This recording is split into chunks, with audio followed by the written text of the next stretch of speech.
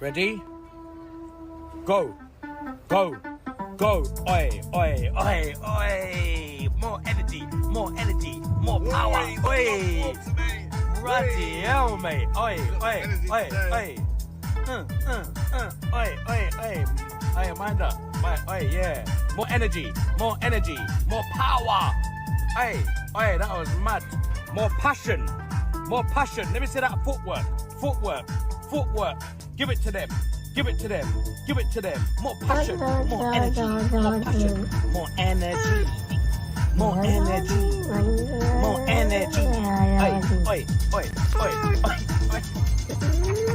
I don't know, whatever it is, it's not right on the teleprompter. I don't know what that is. I've never seen that. No, there it is. We are going to do Sting, yeah. Okay, but Okay. yeah, I can't read it. There's no words on it. Okay. Ready? Sure. There's no words there. To play us out. What does that mean? To play us out. It's Sting is going to do the video. Sting video. Okay. What is for credits? I don't know what that means. To play us out. What does that mean? To end the show? Yeah. All right, go. In 5, 4, 3. That's tomorrow, and that is it. Okay. In 5, 4, 3. That's tomorrow, and that is it for us today. And we will leave you with a... I can't do it. Okay. We'll do it live. Okay. No. We'll do it live. Fuck it. Do it live. I'll write it, and we'll do it live. Right. Fucking thing sucks. In 5, 4, 3.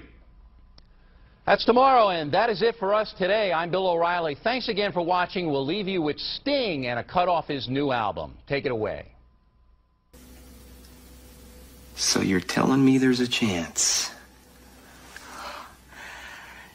Yeah!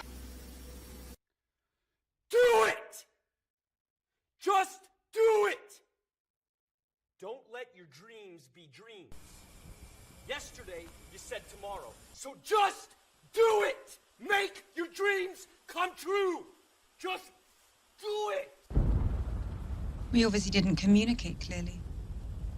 We're here to discuss your surrender, not mine. Tú eres tan romántico molestando con una pipa. Me preguntas si te quiero. Yo te digo que no estoy lista y no quiero comenzar. No hay nada que empezar. Yo te dejaré atrás. Mientras gano más y más. No estás en mi nivel y tú no eres obligación. No estás motivada y tú aburres mi corazón. Eres un idiota sin inteligencia y razón. Entonces déjame tranquila mientras escriba tu canción. Tú eres tan romántico molestando con una pipa. Me preguntas si te quiero. Yo te digo que no estoy lista y no quiero comenzar. No hay nada que empezar. Yo te dejaré atrás. Mientras gano más y más. No estás en mi nivel y tú no eres obligación. No estás motivado. Corazón. Eres un idiota sin inteligencia y razón. Entonces déjame tranquila mientras escriba tu canción. Estoy aquí a disfrutar. Estoy aquí pero quiero gozar. Si quieres a mí pero vamos a bailar. Cintura a cintura papi tra tra tra. Bailando, gozando y me gusta tomar. Pero no quiero pendejos que no quieren respetar. Déjame pendejo papi ya no más. Déjame pendejo papi ya no más. Estoy aquí a disfrutar. Estoy aquí pero quiero gozar. Si quieres a mí pero vamos a bailar. Cintura a cintura papi tra tra tra. Bailando, gozando y me gusta tomar. Pero no quiero pendejos que no quieren respetar. Déjame pendejo papi ya no más. Déjame pendejo papi ya no más.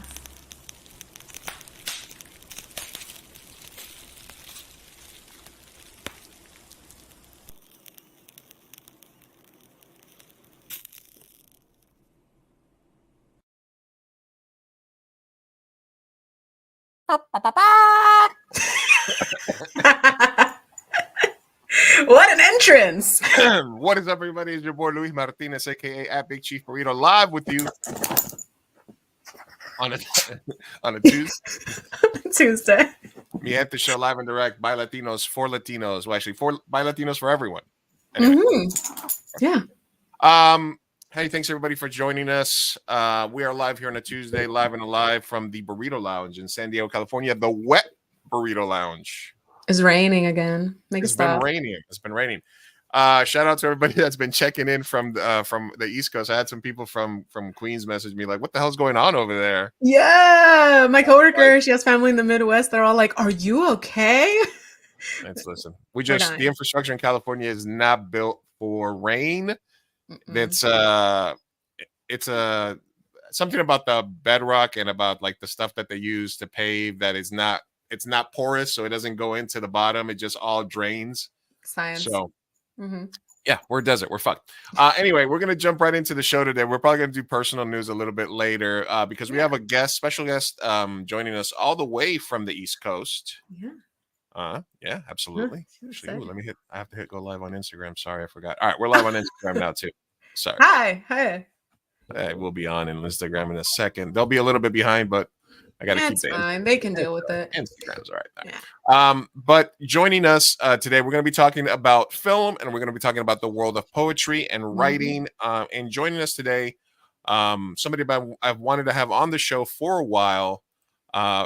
She's part of the Film Posers podcast. She's also she also writes for various zines, Remezcla, the Cherry Picks, Rotten Tomatoes, Puerto Rico Critics Association. Thank you for joining us today, Josie Meléndez. Yeah. Thanks for inviting me. Thanks for coming on. Of course, I'm so happy to be here. Thanks for staying out and not being at some cooler Brooklyn house party that you could be at. Yeah. No, I have to be home by a certain hour. My dog gets mad. Yeah, absolutely. I feel that. When's bedtime for you? Because mine lately has been 8:30, and I feel like I'm going a little too far.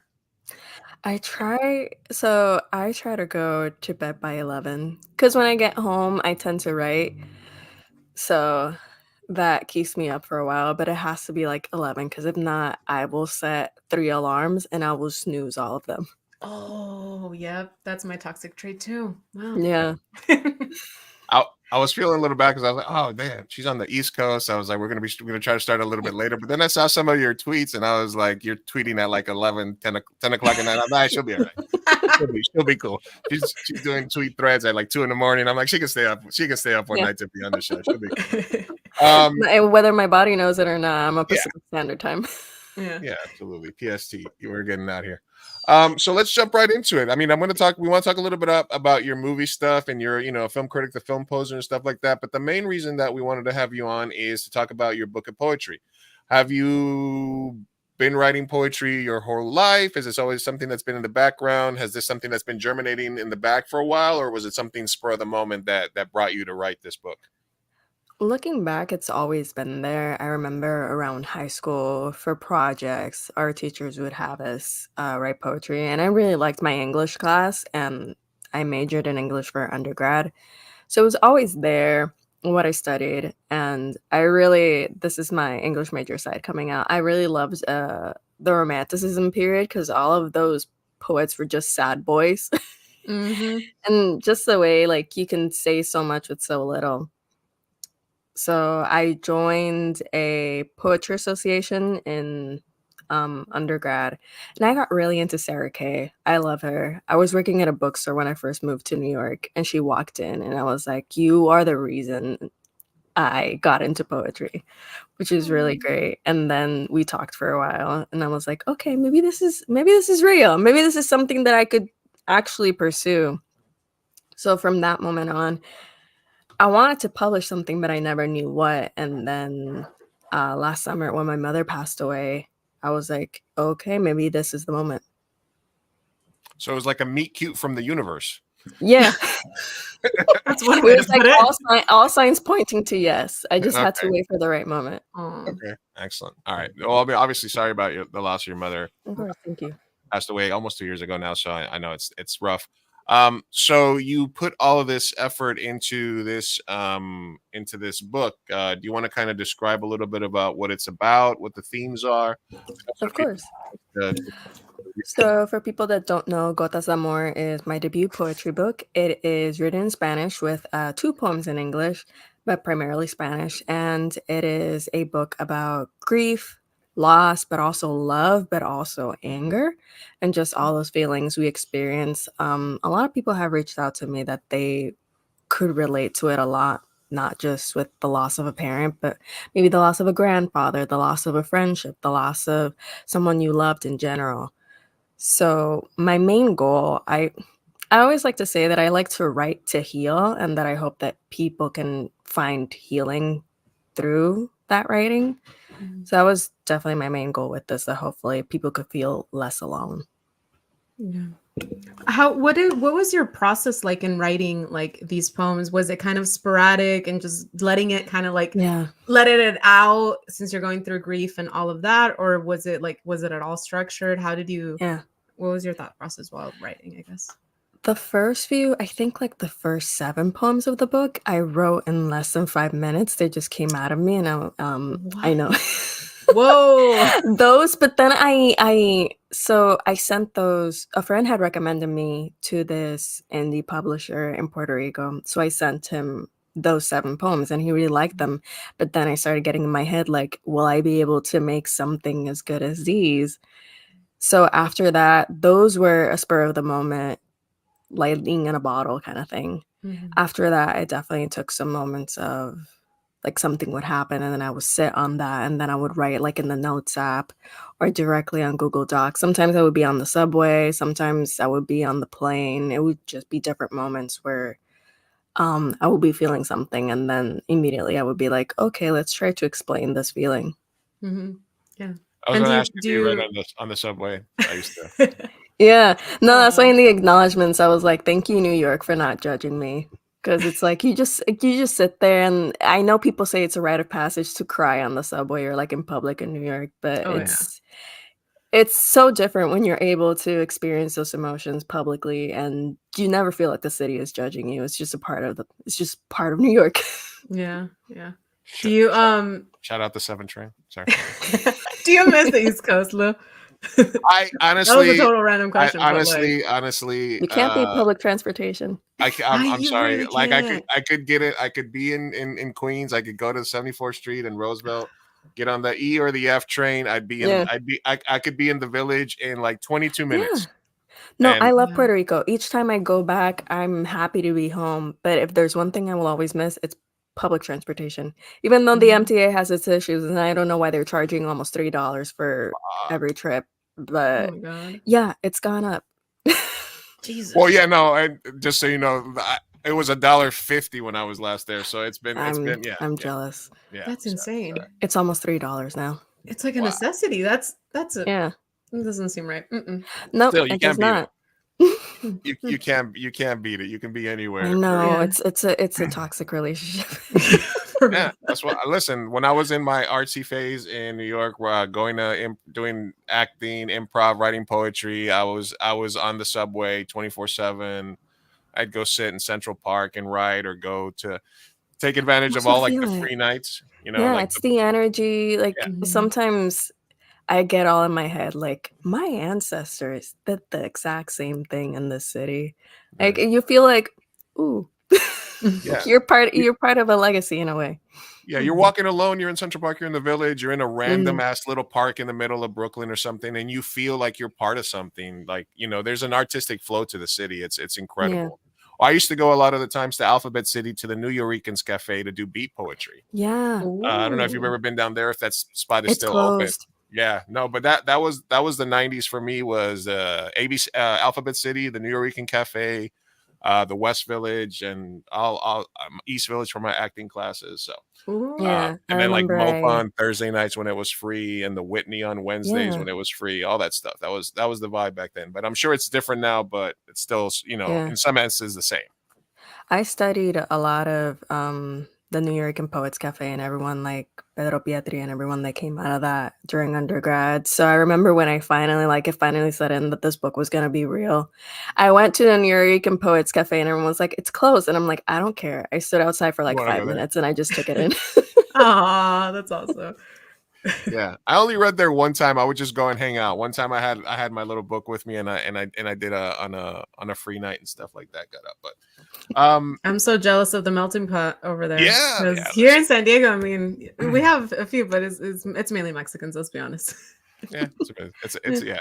Yeah. So can I ask you the difference between the poems that you got out like viscerally, like in 5 minutes, versus the ones that you sat down and tried to compose? Mhm. Did you notice a difference in them, like either structurally, or did they feel any less powerful? Or once you had the theme of what you wanted to talk about with the first poems, did they sort of feel equal to you as the first ones? I think I was definitely more conscious of structure and whether I wanted to abide by the rules that are often seen through poetry, like rhyme. But Yeah, then I I'm a just big painter. realized, I know. And then I was like, no, I'm just gonna do free form. If Nice. it rhymes, it rhymes. If it doesn't, it doesn't. As long as it makes sense or as long as it evokes something, then I was happy with it. Most of the times I would go back and I wouldn't feel complete unless I could read it and feel like, if I picked up this book right now, is this something that I would keep reading? Mhm. But mostly I just wanted, because sometimes I still go back and it feels weird to read your own work. But it's still, sometimes I read it and it feels like when you leave a note for yourself, like words of encouragement, Mhm. being able Yeah. to go back and find like feeling better with what I wrote is definitely a positive. But the difference between the first ones and the second ones, I definitely realized I was a lot more conscious of how it looked, how it sounded. I got in my head a little bit, but I think it worked out. Definitely did.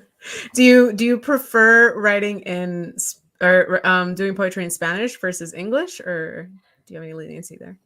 I love writing in English, but I prefer poetry in Spanish. Mhm. I feel like the emotion is different. I feel like things sound better. They have a better flow. Like I can't see these poems. I've tried to translate them because I know a lot of people. I've gotten a few messages like, "Are you ever going to translate this book?" And I'm like, I don't think they translate well. The Mhm. emotion is just there in Spanish. Do you I are agree. you a bilingual that like primarily thinks in one language and then translates on the I'm go, or going do back and forth all the you go time. back and forth all the time? Just depends on who you're talking to. Yeah, the code switching is insane in my brain. Yeah.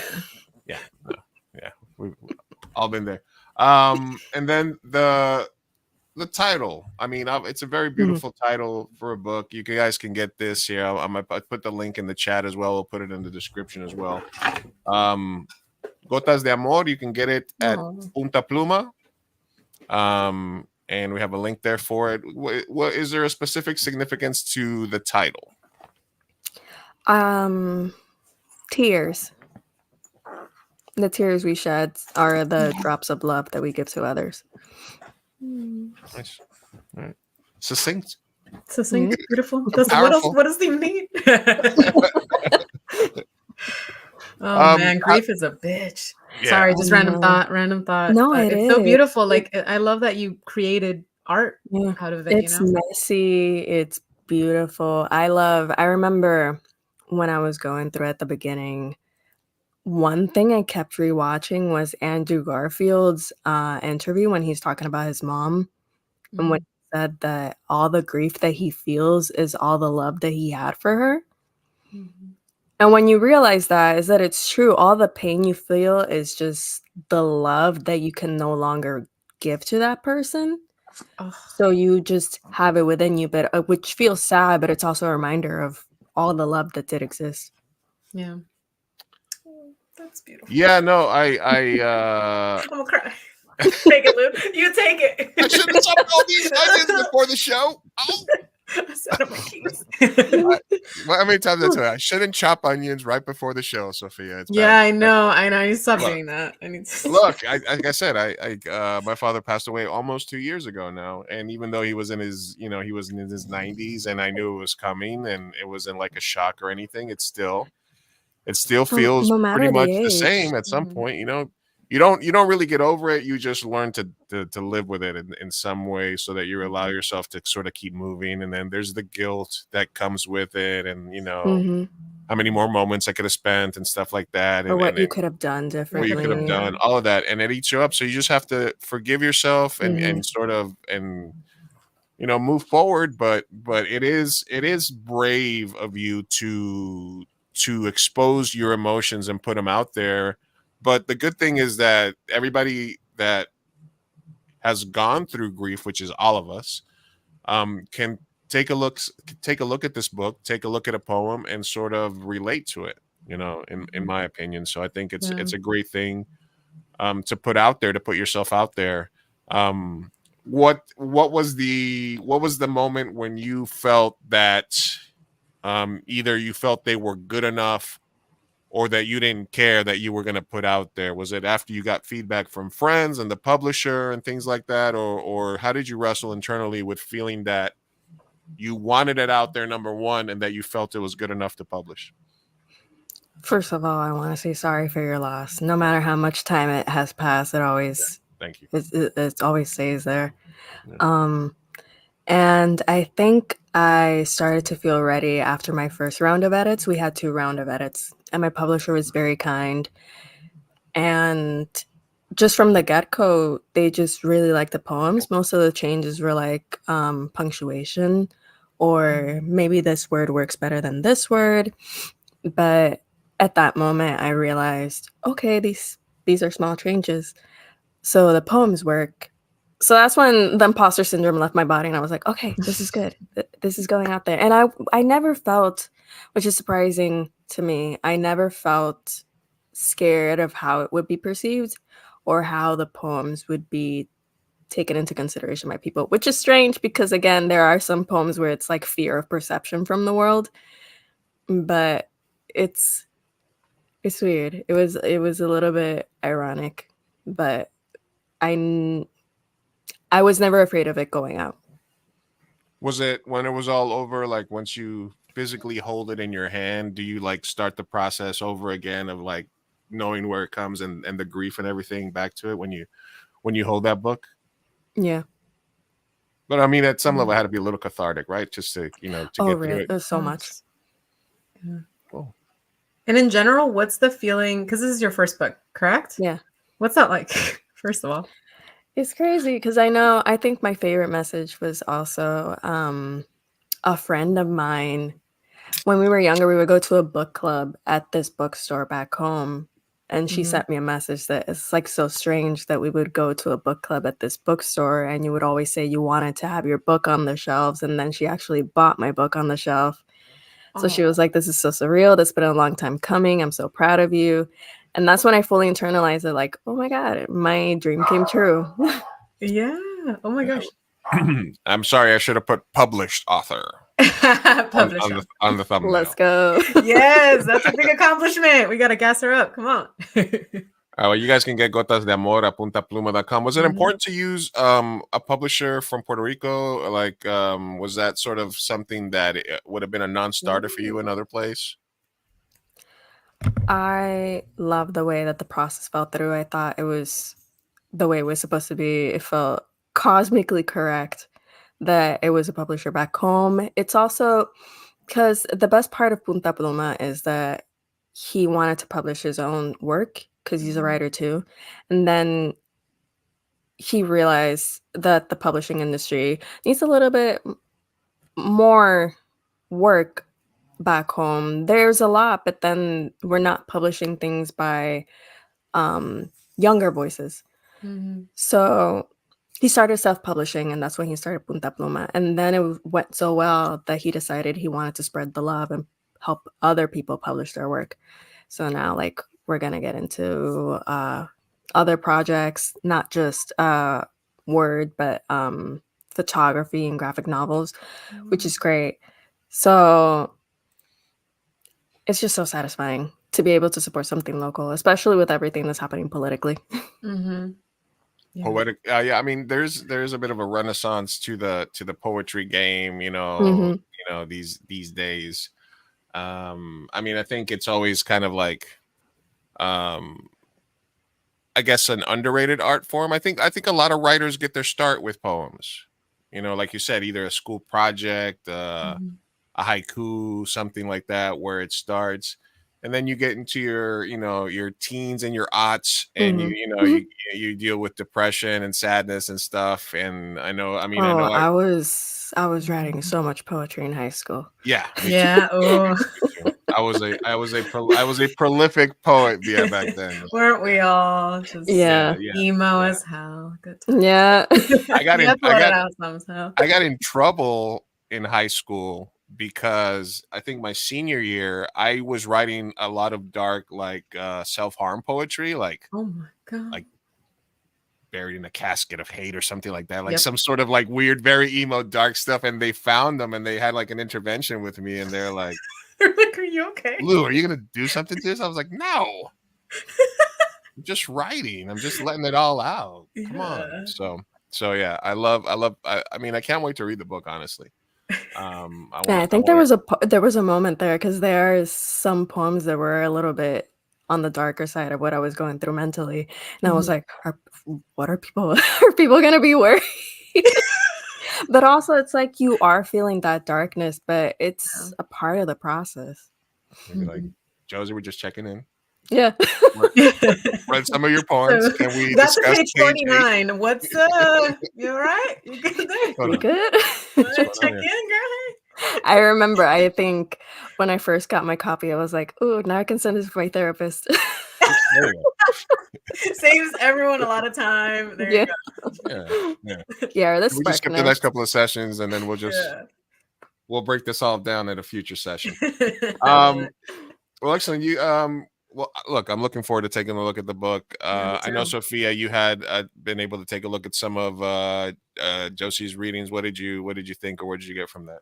Oh, I thought. Well, I made the video that you sent me. Oh my gosh! First of all, I don't know. I just really like the performative aspect of poetry as well. Seeing it like spoken word and like just read out loud. I really enjoy it. So that's kind of where my question about the English and Spanish came, because I totally agree. Like I love just like how strong it feels when you listen to poetry in Spanish, and I really enjoyed it. I Yeah. enjoyed both of them quite a bit. So I want to read your book. I want to get Thank it. you.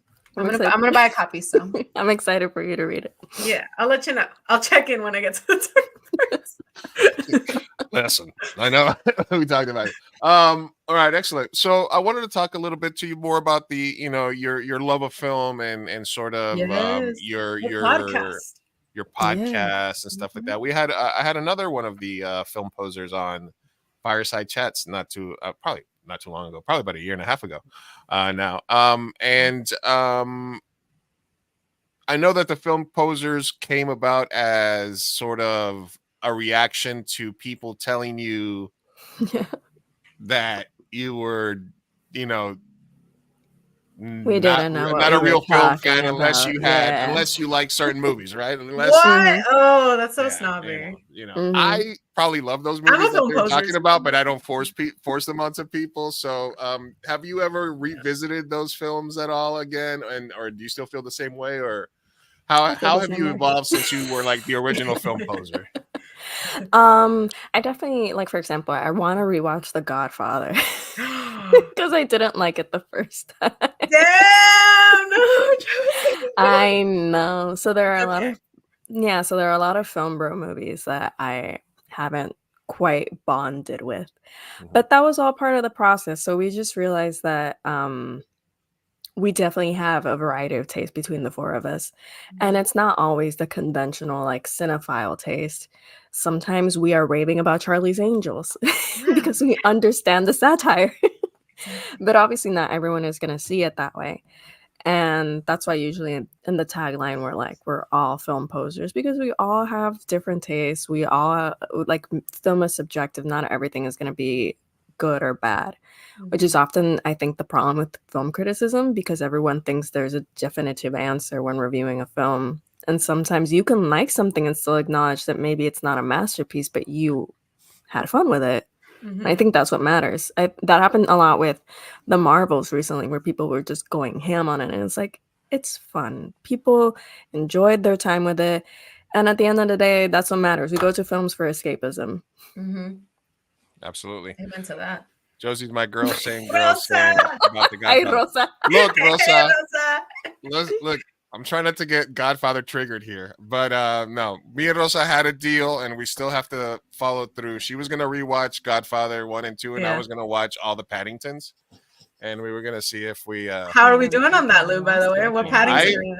Listen, Paddington is an incredible film. I'm just gonna Mhm. say that outside. I've done my homework, Rosa. So whenever Rosa? you're ready, we'll revisit those. One movie that I watched because I saw your review and your passion for was Shiva Baby. Oh, sorry.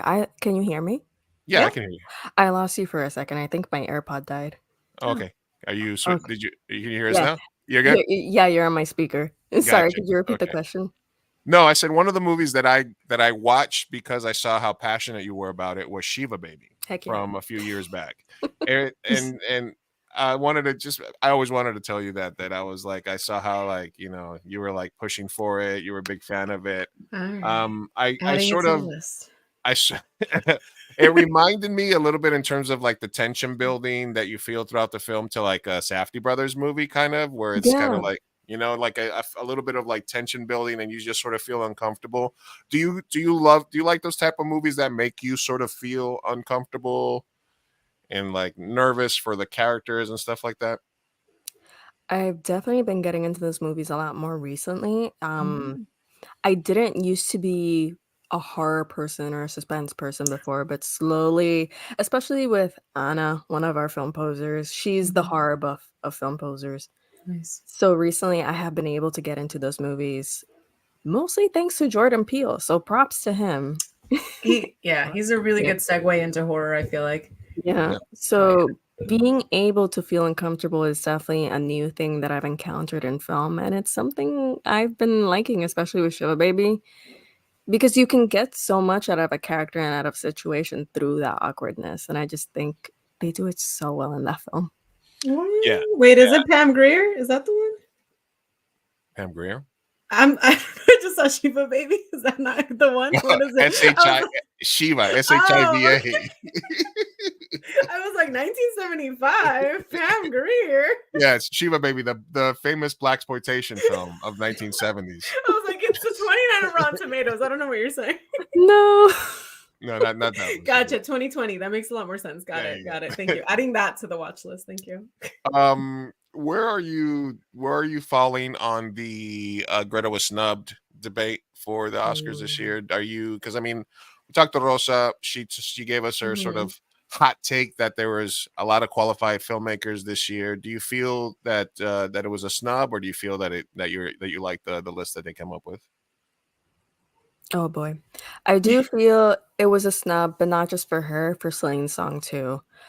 I think they should both be there. I am tired of the Academy having this excuse that there can only be a certain amount of women because we saw this again in the year when Chloe Zhao and Emerald Fennell got nominated, and Regina King should have been there too.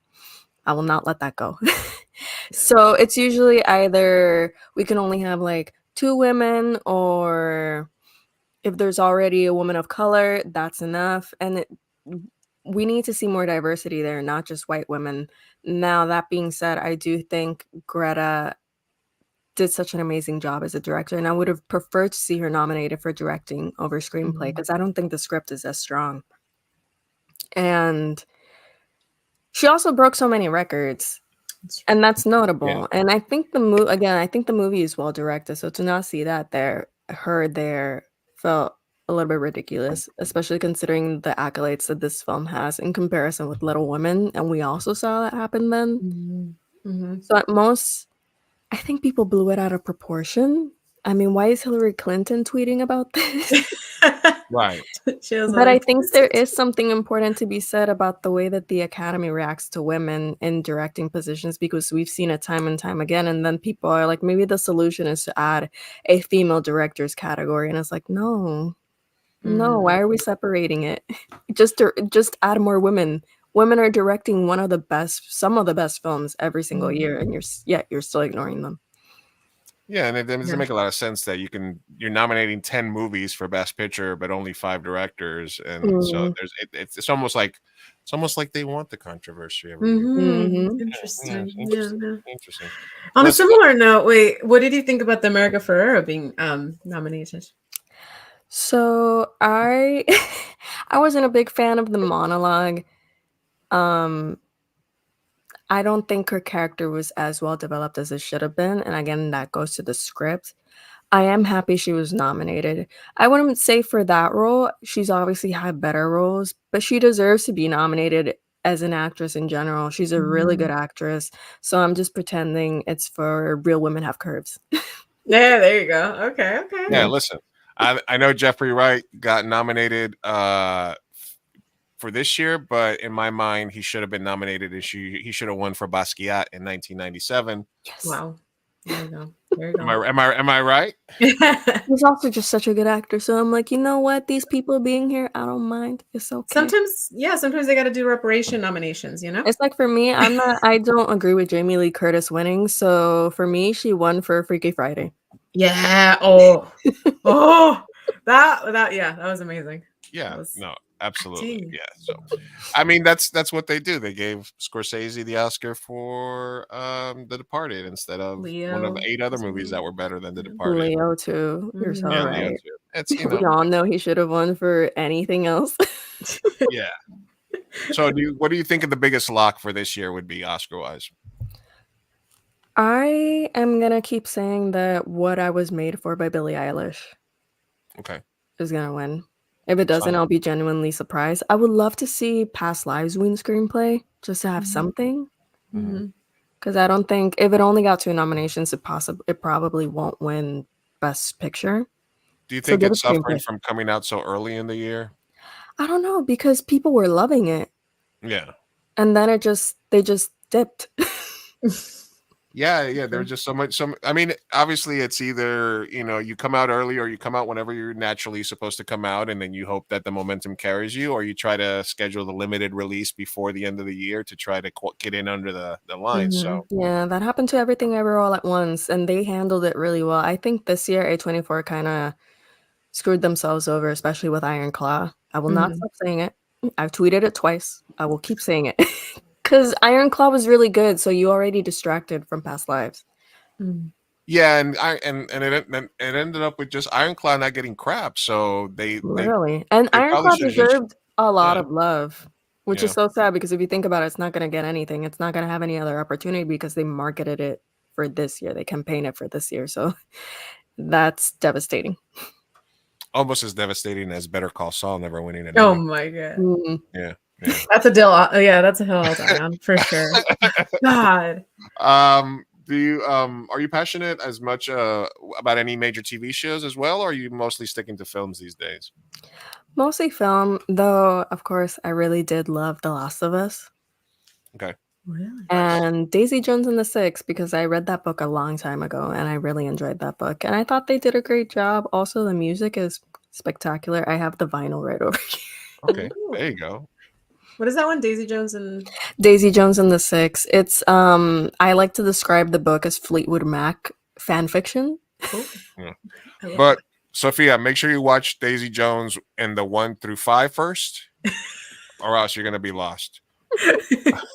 You gotta watch the first 5 first, or else you're gonna be like, yeah, exactly. Putting all of them in my watch list. yeah, watch them all. Dude, I'll never get through this watch list. Dizzy Miss Lizzie. Yes. I want to really read that book. The show is really good. If you do read the book, I genuinely recommend the audiobook because it feels like you're listening to an oral history of this band. Like they feel so real. That's cool. Okay. Yeah, because the entire book is told through interviews. Got it. All right. Writing it Excellent. down. All right, guys, we're live here with Josie at the Josie Marie. still hanging on at Twitter. A lot of people have bailed, but she's fighting. What's it like in there, guys?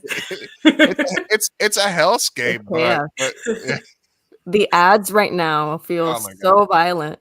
Oh, yeah, the comment section is just it's a war zone. People just are putting in random ass video clips of other stuff because they want to Yeah. monetize. Yeah. It's very bad. The algorithms to shit. Yeah, so it's pretty good, you know. yeah, Same old, same this old. is doing good. Yeah, same old, same old. Same old Twitter. I mean, we're still on there, still rocking it. How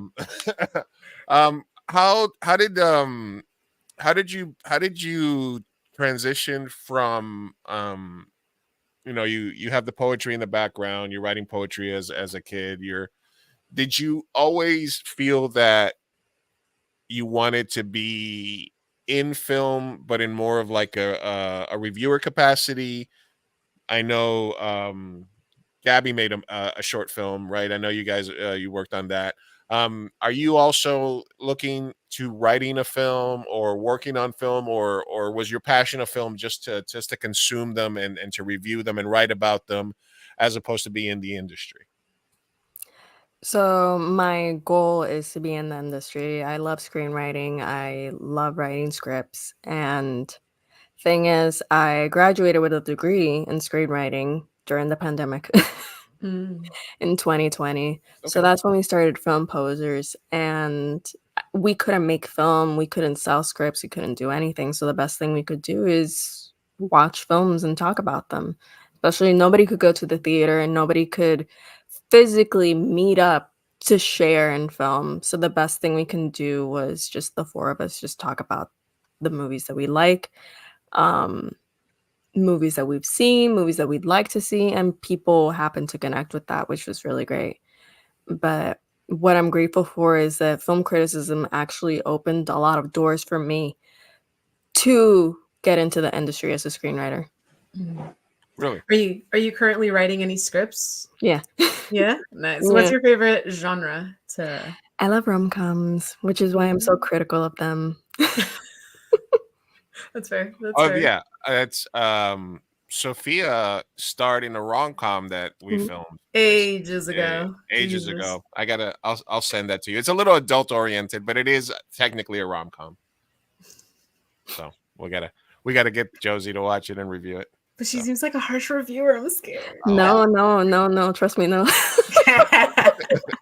All right, listen. There's some adult humor in there. If you can get past the first couple of minutes, you'll be all right. We'd Okay? love to see it. It's got a lot of heart. Dang. It's got a lot of heart. That was before I had braces, y'all. That's crazy. Oh yeah, that was young. That's Enjoy it. Yeah, the young starlet Sophia. yes. Let me ask you this, Josie. So if you were, because for me, as somebody who started as more as has made movies and films, when we did the podcast, I sort of consciously have tried to stay away from movie reviews because I feel that, like, as a filmmaker, it's like, well, why would I want somebody to be critical of my films and stuff like that? So I sort of consciously tried to get away from it and tried to make sure that our podcast wasn't a movie review. Like, we talk about movies and we have people on that are movie reviewers, but I sort of made a conscious effort. But you feel that being in the film review actually had opened more doors for you. How is that? Just because of just whatever recognition you get once you're out there, all of that's good? Or was there a specific reason for that you feel? For the spaces I've been able to get into, for Mhm. example, through film criticism, I was able to go to Cannes, and at Cannes, I had the opportunity to pitch to a producer, and then same thing happened at Sundance. So those little things definitely help. I do believe in my case, I do think about that a lot because it's very tough to make a movie. So anytime I'm negatively critical, I try to have backup to what I'm saying to sustain that, because you can easily say, "Oh, this is trash," but that's not valid criticism. I think that's what a lot of Right. people lose sight of. So, for Mhm. example, I'm gonna say, I did not like Poor Things, and everyone loved it. So I made sure to, in my notes, I was like, "This is why, and this is my opinion," and I try to be as critical as possible and not take anything personally, not like, like if you didn't like the screenplays, describe what you didn't like of the screenplay. Mhm. But I also try to highlight the good. Like, for example, I think it's a masterful film in all technical aspects. The production design is incredible, the performances are incredible. But then I didn't like other aspects, like the themes and the tones. Did you like Killing of the Sacred Deer or The Lobster? Or I have not seen those, but I love The Favorite. you love The Favorite, I was gonna say. The Favorite I like Killing of the Sacred Deer and The I need to Lobster. see it, especially because I've only seen the scene of Barry Keoghan eating spaghetti. Oh yeah. All right. Well, yeah. Okay. Here, I want to ask you about Saltburn because it's a must. But Lou, criticism is important, so it helps people improve. Yes, it does. Agreed. But like I said, as a filmmaker, I just feel like I don't want to, like when I work for the San Diego Latino Film Festival and I have to watch a lot of movies. I'm a curator, so I watch all the comedies. So I always also try to find something good, especially with student films, because they ask for feedback. Yeah. And I have to tell them, look, I love this scene. I love this. I love how you were doing this. I understand the limitations you guys have. It's just, it's not ready for a film festival audience, but we want to see what else you do. Yeah. And then there's some films that even though they are limited, you still find a place for them. Yeah, Sophia's Sophia's getting fighting attacked. off money.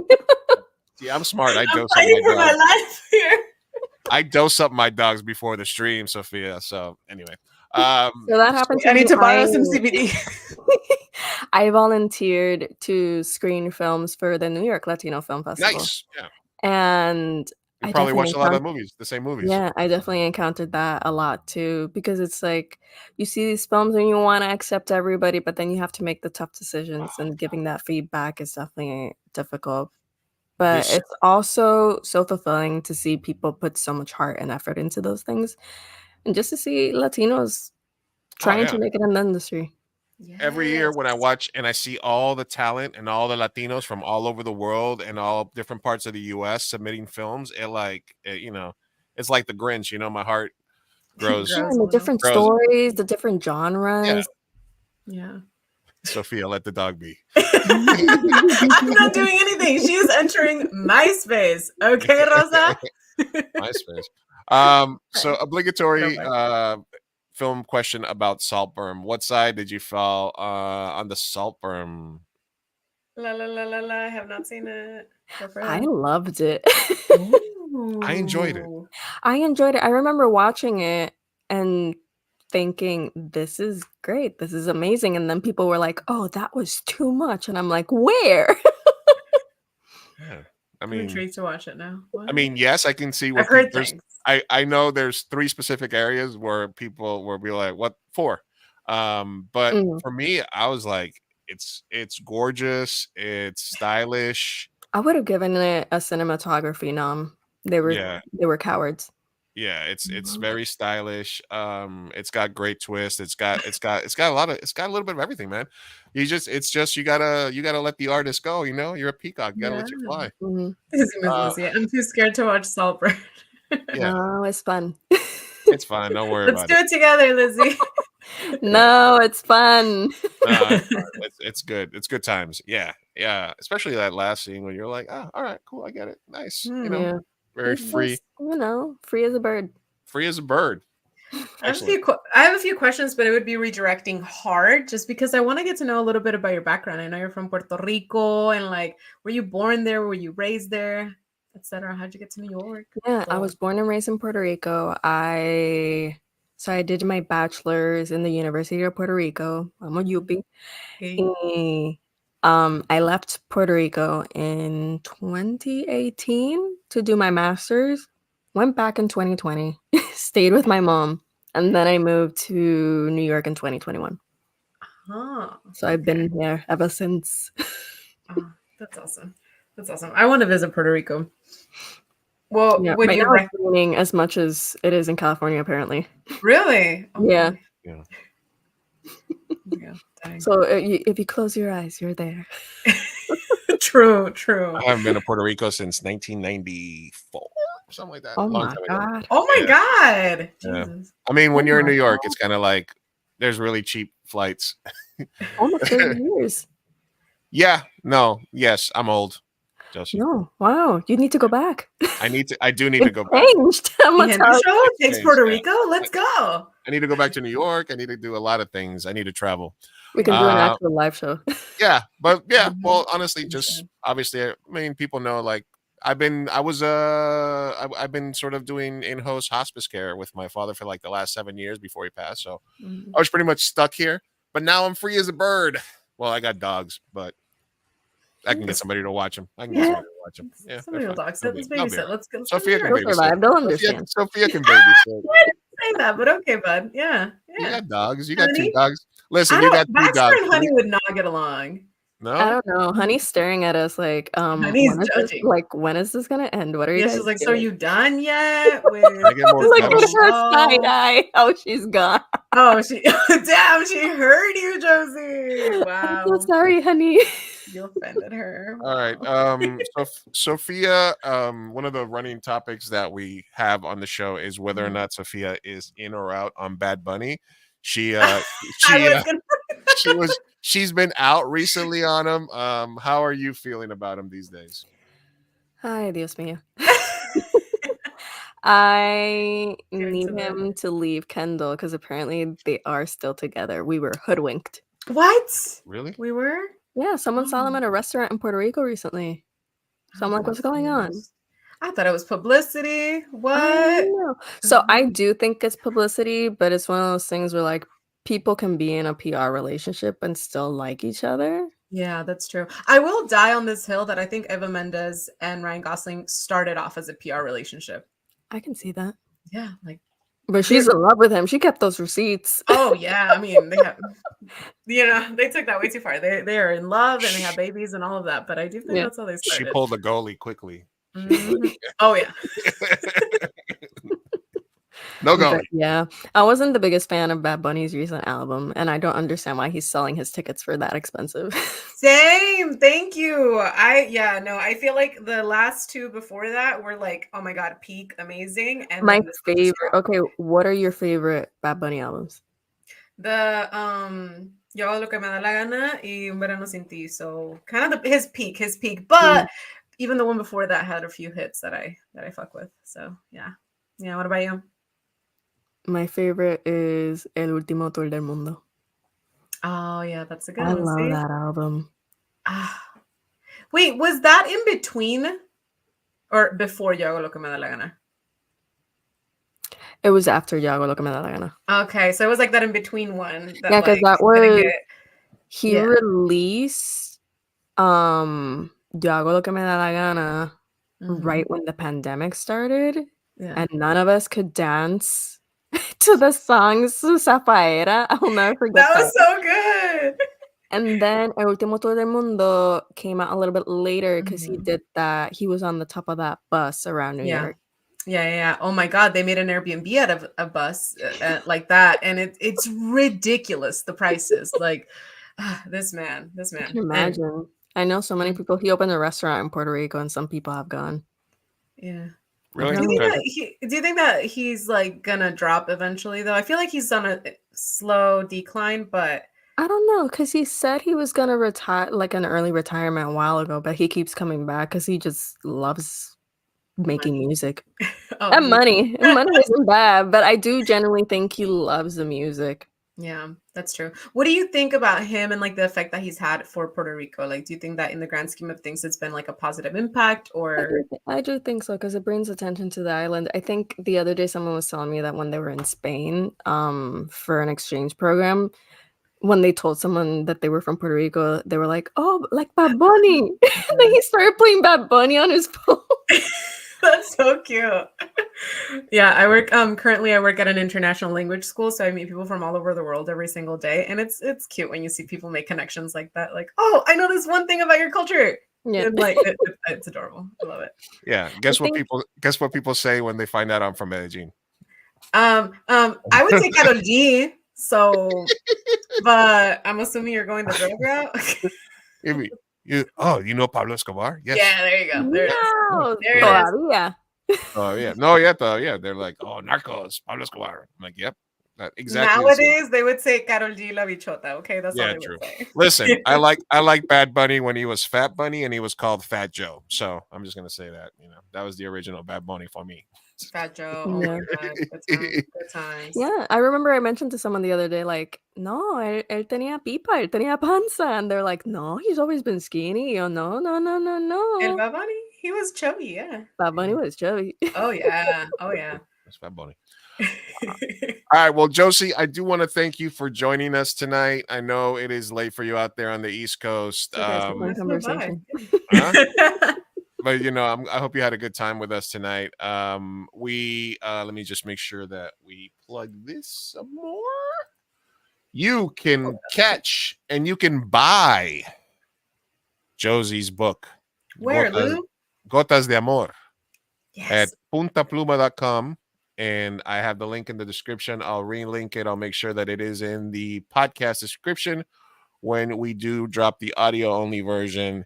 And you can follow Josie at Josie Marie on X, aka Twitter. Are you also on Threads or Instagram as well? The same handle? So I'm the Josie Marie everywhere. I snagged that name. The Josie Marie everywhere you get your follow her for her hot film takes. Mm-hmm. I did want to ask, give it a listen, and the Film Posers podcast as well.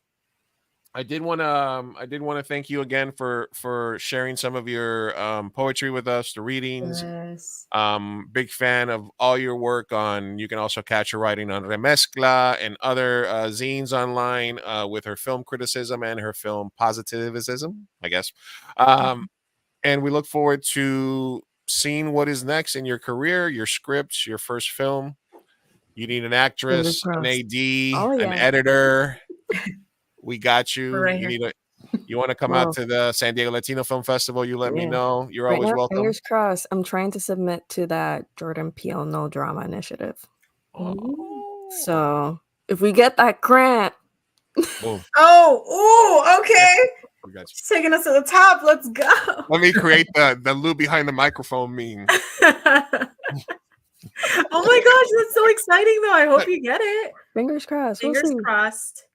I'm having a lucky year, so it's gonna happen. I don't know. It's our time. It's our time. The stars have to align. It's been a tough years since 2019. We all need a break. Yes. All right. This is a fruit of our labor year. Okay, we're gonna. It's all happening. Mm-hmm. Cue the Michael Scott meme. The GIF. I'm sorry. All right. Well, Josie, thank you for joining us. Maybe we might be doing a panel closer to the Oscars with Rosa and some other film critics, so maybe you can jump on with us during that. We do appreciate you. We'll let you go tonight. Thank you guys for joining. Make sure you guys are following her. Yes. Go get the book, and you have a good rest of your evening, Josie. Thank you, Josie. Thank you so much for being here. Goodbye. All right, we'll get you out of here. Josie. Bye. All right, that was the Josie Marie. You can follow her all over Instagram, Twitter, everywhere. We want to thank her for joining us tonight. Mm-hmm. What a cool! You got to watch the video of her doing her poetry. Was it more? More impactful that way. Like watching it. Well, I mean, I'm sure it would have been equally as impactful if I had the book and I read it. I think just seeing the work was, it's just so good, and it's what you need to hear if you've ever or currently are experiencing grief. I feel like it's a really good read, I guess. Yeah, absolutely. Make sure that you guys go check it out at puntapluma.com. Yeah, there's a cool book. Yes. Excellent. Yes. All right, so let's move on to the rest of our show for today. Yes, let's do it. We didn't get into personal news, so Lou, what's going on with you this week? Personal news for the Lou. All right, well, basically what's happening in my life. Let's see what's happening today. We had some rains in California. We did. We had some flooding at the tattoo shop. We're pretty much back in business now. We'll be back open probably in the next day or so. Mm-hmm. I am looking for a new Thank you for joining us, Josie. You were awesome. Thanks for coming by. Yes, absolute honor. We're back. We're back up tattoo wise. Oh, good. Yeah, Okay. yeah. We had some flooding, some leaks. Mm-hmm. I know you had some issue as well Yeah, in your my house. house in Tijuana got flooded, like the first floor up to about like You know, couch level. Yeah, a lot of loss. That was terrible, but a lot of loss. don't tell nobody, Other but than we're that, selling it. I am officially looking for a new place to live. All good things come to an end, and we have been we're moving because I have to do a lot of work to this house, and it's changing ownership and all this bunch of stuff. So I've been living in the same place for like 15 years, so I'm looking forward to a fresh start somewhere. So if anybody knows of anybody renting a house that allows me and my look how calm my dogs are. Calm, cute dogs. Calm, They don't cute dogs. hurt a fly. You know? They're adorable. Yeah, I mean, you hear German Shepherd, you hear Belgian Malinois, you hear Maybe not Pitbull. Milo. Milo is. I have beef with him. I don't like him. Tell him I don't like him. Milo, you ain't shit, Milo. Look at him. He's turning around. He's like, yeah, what? I'm talking to you. He's like, I you don't want me to give you like these you. demon eyes? He's cool. So that's new, but so the burrito lounge will be changing at some point, so that's why it's a little bit more sparse, because I've started giving stuff away and throwing stuff. Minimizing. You gotta do that. You gotta only take the your best stuff with you. You have to get out of, you know what I mean? It's a fresh start. So great time for me to find a new place to live, or a sugar mama. You never know. There you go. Opportunities. Yes. So secret sugar mama, reveal yourself. Dude, if you find one, sharing is caring, please. Sharing the sugar mama. All right. I want to jump into some tabs, get some stuff out of the way that we've missed over the last week. So let's get into and then we have a couple of no names ways. Do we? I did not pimp it out at all this week. We got some residuals. Yeah, let's do it. Interesting. All right. Time for hellscape.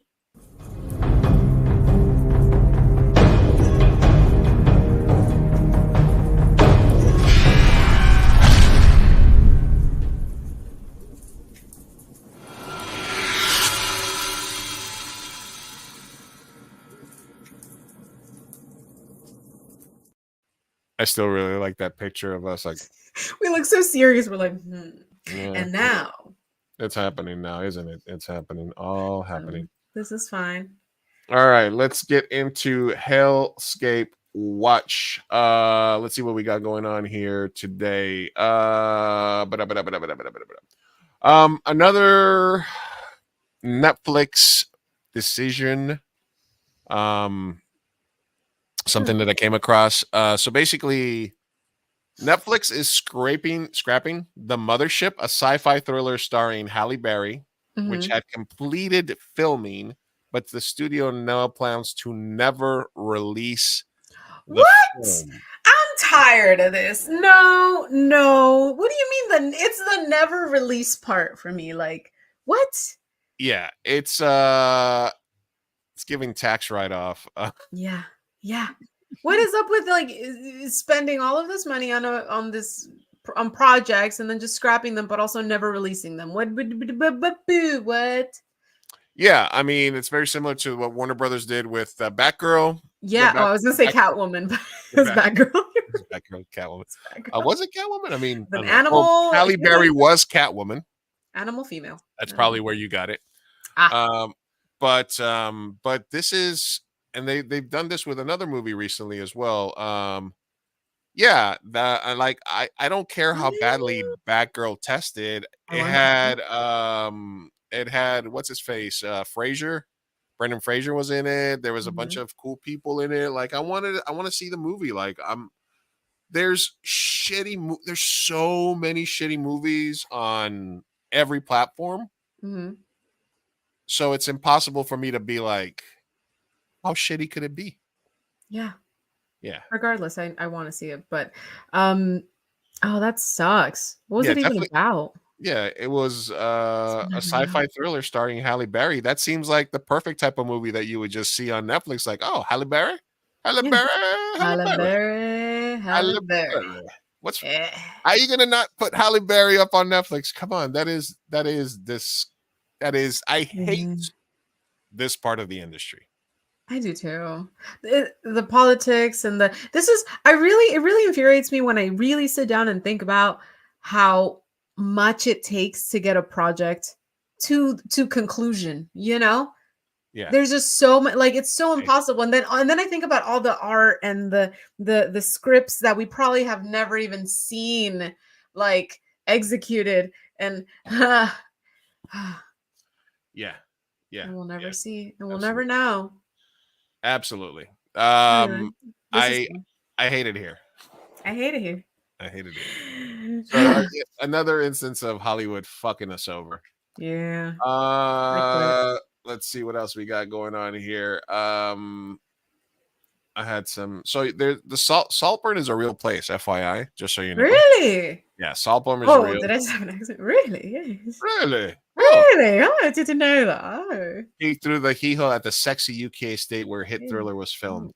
Yeah, this UK state. yeah, it's basically a real place. They were able to sort of change it around and move things around and stuff, but it is 127 room property, and it is a very rich, owned by a very rich family. And apparently people found out where it is, and they used to give tours, but they had to stop because everybody started showing up. So you can go see the real Saltburn for the low price of sound like a commercial. That's cool though. I mean, I guess every film kind of has, like, you know, at least, I don't know, maybe it's because I recently saw Wonka, and, like, my immediate thought was they filmed in, like, so many famous places. Like the Wonka factory. Have you seen Wonka? No. So immediately threw me back to, like, my last solo trip in Naples, because you could tell that they filmed in the gallery in Naples, and that made me so happy. I was like, ooh, I was there. Yeah, Cool. I don't know. I think you should watch Saltburn. I think you can handle it. I'm going to. And you know what? I have made a vow, a resolution, a goal, some might say, to watch more films this year. And I've been living up to it so far, okay? One a week. I'm watching Dune this Sunday. All right? Nice. Where? I'm watching, I saw half of Sound of Freedom against my will. It was terrible. I'll finish it eventually. I'm in the middle of Cassandra, okay? Okay. All right. Okay. All right. Okay, look at you. My film list for 2024 in 1 month is already longer than all of 2023. All right. So Okay. I'm gonna do y'all real proud, okay? So Saltburn is in there. I didn't know it was a film. I thought it was a show. Okay. Yeah, the infamous scenes are there.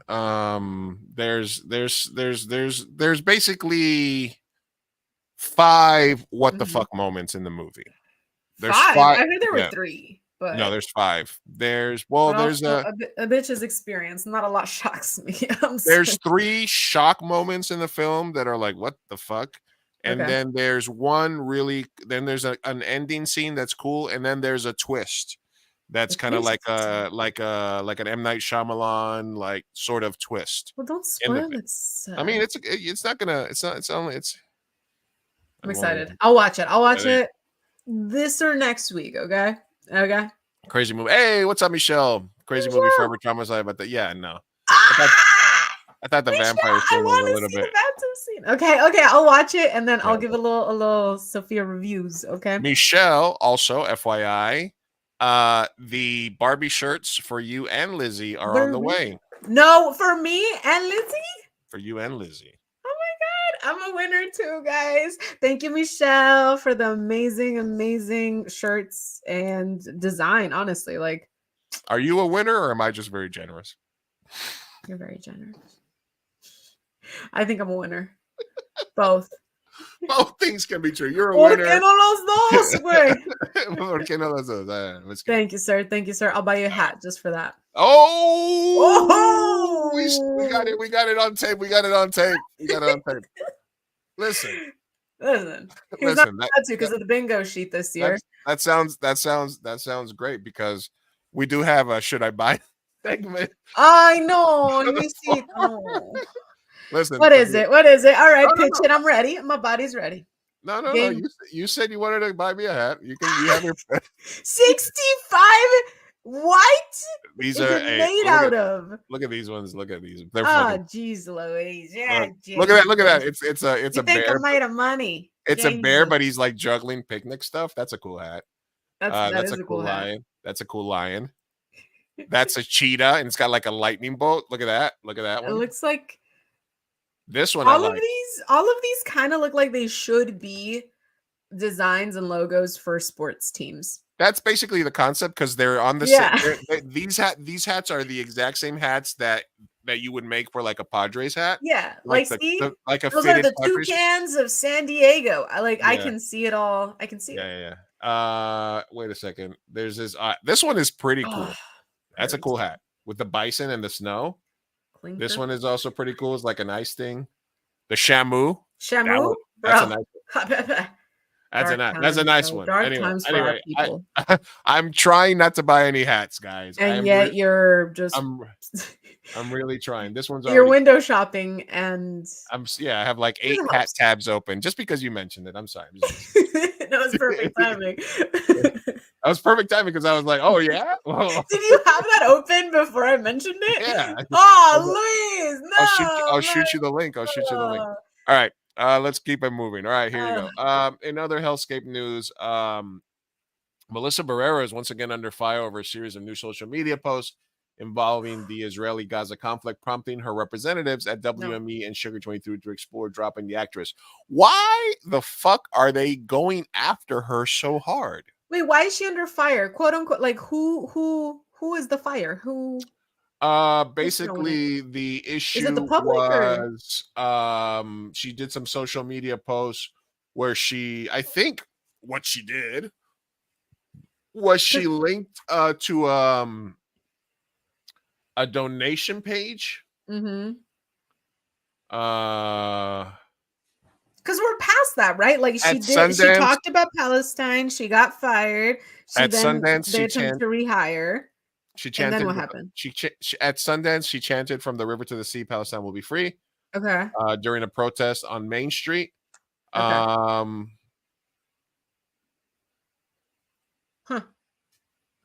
I'm trying to find out here. I think from what I saw is that she had basically just was posting something and maybe posted a link to a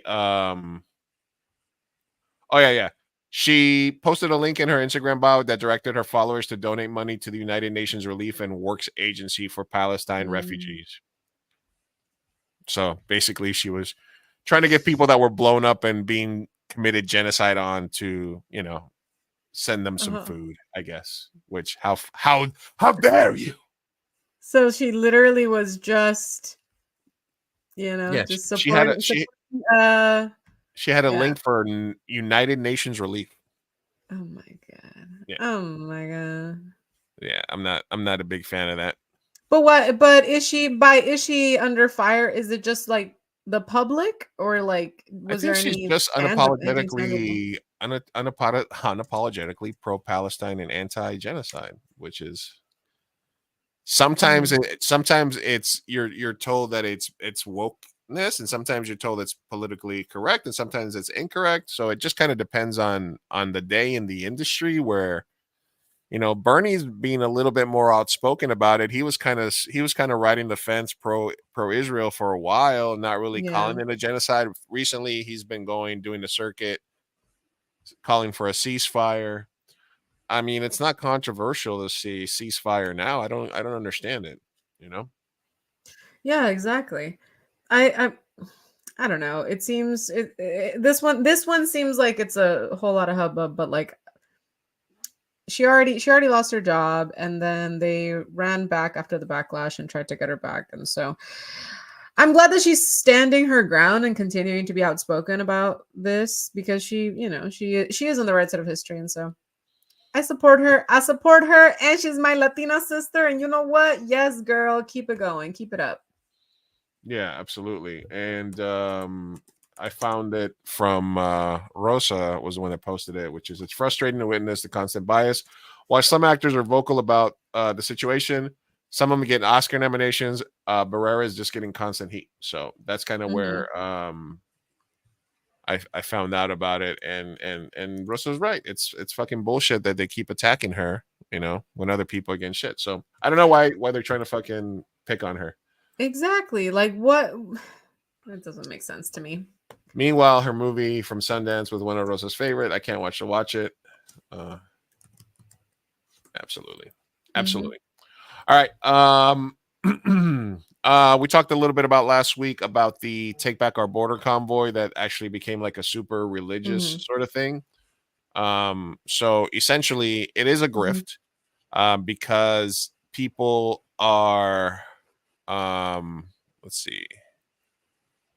People are being dissatisfied about this thing. Here is a woman that was a part of the convoy. I found it out the hard way. To the Huh? Christians. Do Wait, what are not we be talking about? What? deceived. Stop thinking that everybody who These are waves the flag people that are going and to the shouts border for freedom rallies. is your friend and a good person because we have people like this trying to join up in the movements. I found this out the hard way. I found it out the hard way. Meth is a hell of a drug. That not everybody is in things for the same reasons you are. I was in the People's Convoy, and what a fucking disappointment that ended up being. They're not seeing enough illegals. What a They're not seeing enough to conflicts. find out that these people that They're you not were seeing with, enough they drowned weren't like babies, you. apparently. They didn't care about the country. They were a bunch of grifting motherfucking live streamers that wanted to make money. So it was a bunch of grifting live streamers that wanted to make money. And they started doing shit like this at the border. They were baptizing people. What the fuck? What the fuck is wrong with these people? Jesus. I mean, how many actual pages of the Bible do you think that these people have actually read? This is, you know, they were basically Nothing. a bunch of Christian stuff. And essentially the Christian stuff is interesting because they're not very Christian. No. They don't really love thy neighbor. They hate thy neighbor. And they believe in like a white Jesus that was born in like Mississippi or something. Yeah. So it's kind of a very weird thing that they decided that they wanted to make money off the issue. They started doing rallies. They went out there, and then when they got there, they were like, "Well, we're not seeing enough. We're not seeing enough immigrants. We're not seeing enough." You know, they were like, "Hey, what? Why are we here?" Yeah. They want you to pay money. They want you to buy swag. They want you to, you know. Damn, that's so crazy. It always baffles me how like they're able to like just ignore the cognitive dissonance of like, oh, Christianity, but also, you know, the whole basically we said about love thy neighbor, and at the same time they're spewing all this hateful rhetoric, and now profiting off of it and doing all of like it's. I don't know how people get to this place. I hate it here. But what was the lady on the street was ranting because she felt that the people that were organizing she was against it, right? Yeah, they were basically live streaming, getting money. Yeah. They were just basically doing it for the clout. So it was in a sense, even though we disagree with this racist piece of shit lady, she's kind of like she's justified to like feel that way, right? Because this is definitely like a money grab. I mean, look, Take Back Our Borders Convoy 2024. And honestly, it is like one of the most profitable grifts. Like, look at these people. Listen, you don't get a setup like this unless you're making money. No, and then you know what's crazy too is the people that are making those shirts, a lot of them don't necessarily believe in what they're selling. Like they'll also make Biden shirts, and they'll make like Hillary shirts and stuff like that. It's kind of just like pandering to whatever audience they need because it's marketable and profitable. So It's like Comic-Con for racist. exactly. Yeah. They're just out there doing the good thing. Well, good for them. Making their coin off of stupid people. But I'm glad this lady found it out and it's calling them out. There was more, but this account tweets so much that It's crazy.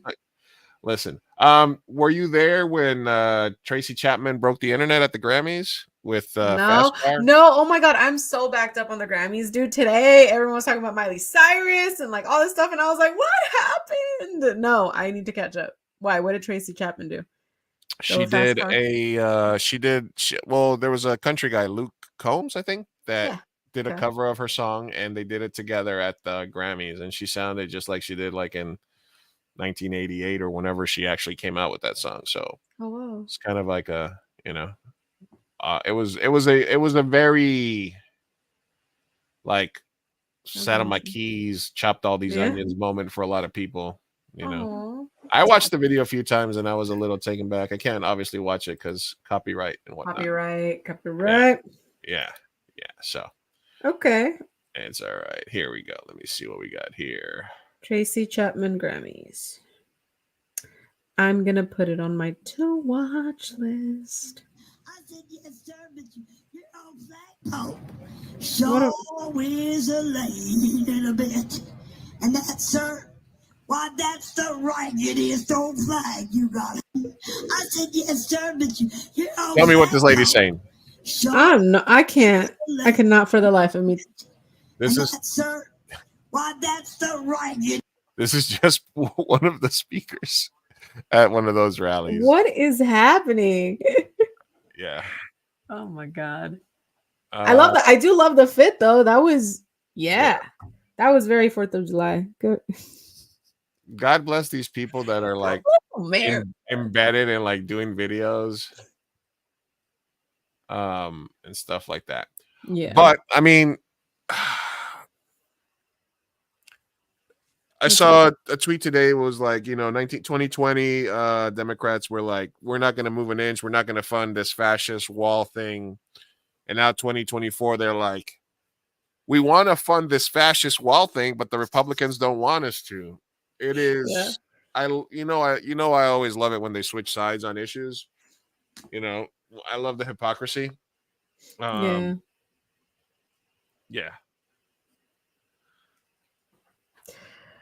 Sorry, I was I got distracted by the Grammys and I was still there. And this is the irony here.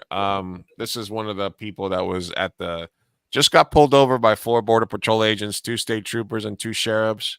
I just got enough to single to put this out. They pulled me over for suspicion of illegal immigration to check my ID, check my vehicle, and let me go. Overkill, if you ask me. But oh my gosh, but this is the same man that I'm assuming voted for this level of policing.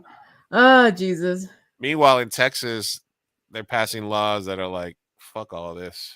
Wait. Not to backtrack, but Disney Miss Lucy said I tweeted Mi Gente show about the Grammys. I was so mad at Taylor Swift. What did she do? She won Album of the Year over Beyonce, right? Oh, and did Kanye have anything to say about that? Jay-Z said a little something. Oh no. Yeah. Okay. Taylor Swift, Beyonce. I need to watch the Grammys as well, apparently. You have a hot take? Oh yeah, Killer Mike got arrested at the Grammys. Killer Mike won 3 Grammys. Damn. And then they apparently he had like a skirmish with somebody in the crowd, and it was caught on tape, and they arrested him. There he is winning a Grammy on stage. What the hell? And there is she snubbed Celine Dion. But then there was a picture of Celine and her backstage where Celine was like not having it. Gotcha. Wait, what do you mean Celine was not having it? Celine Dion was the one that presented Album of the Year, I believe, or she was on stage with her. Mm-hmm. And she was also nominated? Yeah. No, she wasn't nominated. She was just a presenter. Okay. And then here it is.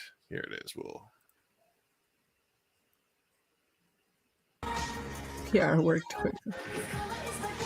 So he's hugging everybody. Oh. Yeah, that is. Oh yeah, that's rude. That's mad rude. You don't even. She didn't even look at her. Yeah. It looks. Yeah, No, yeah, there's yeah, not a yeah, lot you can say. there was I another was thing. gonna say it could have been just like a ditzy moment, this pistada, but I'm like, no, it's Celine Dion, and she was Liz, presenting and getting it to you, and Liz, are you turning in your Swifty card? oh, is this enough? Is this the moment? I will say, I mean, Lizzie is not like she's not like a deluded Swiftie. You know what I mean? Like she is open to criticizing her and loves her music, but I don't think she like fangirls like crazy. Am I right, Lizzie? Do you have a poster of her? Do you have a shrine? A shrine.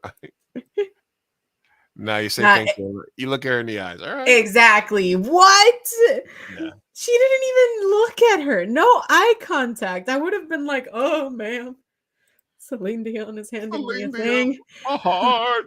My heart will go off for you, dear. You want to keep it? Actually, you can have it, ma'am. You can have it. Sophia, this is episode 68 for us. Really? Yeah, we gotta do something special for the next one. Sorry. This is counting our San Diego Latino Film Festival episodes and our episodes where you started. I feel like we should. When does the clock start? Clock starts at the Podbean. Well, on Podbean we're like on episode 50 something, but I went back and renamed all our episodes where we did like technically Mi Gente show. Yeah. So we're on the YouTube is all. We're on 68. 68. So next week is our 69. That's what I said. I'm like, we gotta do something special for next week. Oh, 69. Wait, no, aren't we on hiatus? Hold on. I don't know. Well, I'm just gonna say whatever. Congrats, you guys. Thank you. Thanks. We made it. We made it this far. Oh my gosh. Yeah, because I do remember that during the Latino Film Festival, it was the 30th. We were celebrating the Dirty 30, and we filmed like our 30th episode. Yeah, we did a bunch of stuff like that. Yeah. So yeah, say just everything. Basically, this is our 68th podcast together. In terms of like appearances and us not podcasting together, which is good. Man.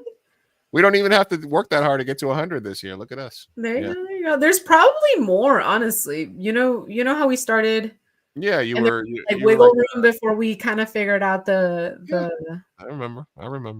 Most times, yeah. It's gotta be a few lost episodes somewhere. A few lost episodes. That's the official count for us right now.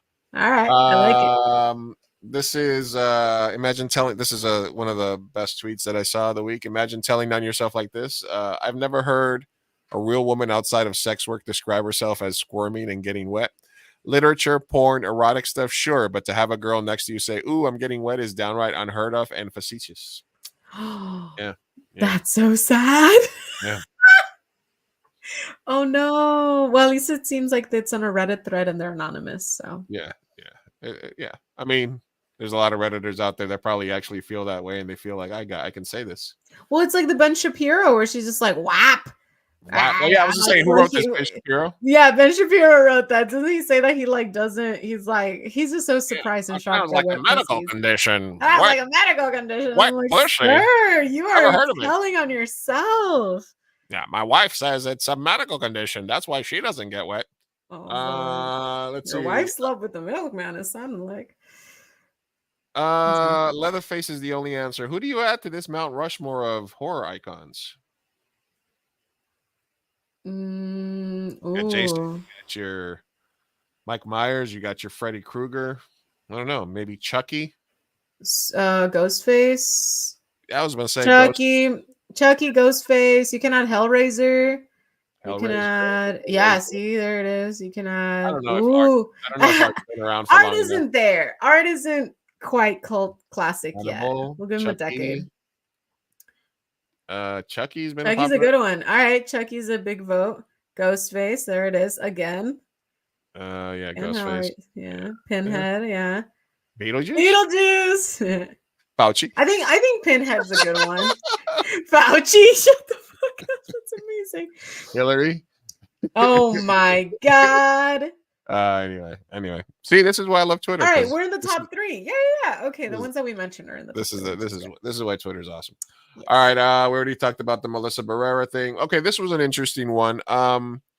So the new head coach of the Carolina Panthers, it got brought up that his name is Dave Canales. He shed tears at a Thursday press conference discussing the role of his wife Lizzie. He detailed how 20 years ago he coached his first game of JV. And basically he reveals in this book that he cheated on his wife and battled a porn addiction and binge drinking. Oh, okay. So, I mean, she put in the work and now she's the wife of an NFL coach. All right. Right? So, I don't know. So, is there a message to be had with this, or is he just getting backlash because he was so open and transparent? Yeah, basically he got hired to be the coach and then they started researching him and they're like, oh, the couple wrote a book to reveal how the Christian faith helped them move past the infidelity. Oh, there it is. Okay. Yeah. Gotcha. Okay. That's I don't even want Yeah. to comment on this. Look It's at the way just- she's grabbing it's him so though. sad. She's got man hands, number one. He could not be less attracted to this Is it me woman. or is that a big hand for a lady? Looks like kind of a bigger hand. I'm not that I'm judging, but she just seems to be very powerful. He could not be less attracted to her. It just Look at that picture. He's like he's like, yeah, I'm hot shit, turning away from her. Like body language, any body language person would tell you, like this man could not what are care those? less. Can I just say This what are woman. those to her shoes? What is she wearing? She's wearing like sandals? I own some that look similar. I think she just looks, I don't know. She just looks All right, listen, I'm not gonna be the guy that like a Christian woman. She looks like a good Christian woman. Good Christian. And he looks like a fuckboy who watches porn. She could plow the fields. Oh my god. I can't comment on this. Oh no. Sorry. She's out there plowing the fields. You know what I mean? You know what? He's pulling up some porn. Good for her. She's enjoying the fruits of her labor. And good for her. Christianity is a hell of a drug because these people just marriage, all right, it was a 2022 book. The title of the book, This Marriage, ? The question that changed everything. Oh. All right. He first cheated on his wife at his bachelor party and had multiple affairs. Oh, jeez, Louisa. Yeah, I mean, he's a good-looking guy, My theory is they probably got married at like 18, had like 5 children, and yeah. Early on, he would take his wedding ring off at times when he was out with friends and act as if he wasn't married. That's just, I know that they're selling books and I know that it's like a self-help situation for Christian morals and values and blah, blah, blah. But like, I just hate when they tell themselves like that. Because to the non-Christian world, there's just not really any going back. Like, it just sounds like you guys are forcing yourselves to maintain this marriage and relationship for whatever reason. Yeah, it just feels very weird. But if it works for you, I'm happy. Listen, if he cheated on his bachelor party and he admitted to a porn addiction, binge drinking, and now he's cool, and now you're a coach's wife and he's making $5-6 million a year, and you stuck with him, so shit goes sour. She's getting half. Yeah, exactly. She's getting half of that coaching money because she was with him from before. Good for her. No way she had a prenup if I want to know what kind of Christians they are, but let's not get too deep. Who cares? I found this girl on Instagram or Facebook or whatever. I love this video. Just a little palate cleanser. Have you seen this girl yet? No, looks familiar. I'll call you back. Did you just hang up on Helvetica? Shut up, Ariel. Nice. Oh, they didn't tell you. Lorem ipsum, that's cruel. Well, I'm the new default typeface. Your replacement. I'm sorry, my replacement? Yeah, it looks like you'll be heading back to the drop-down menu again. Well, I'll be flush left and ragged right. That's just a bad That's exactly what Courier looks like. See? Cal, come here. Sit down.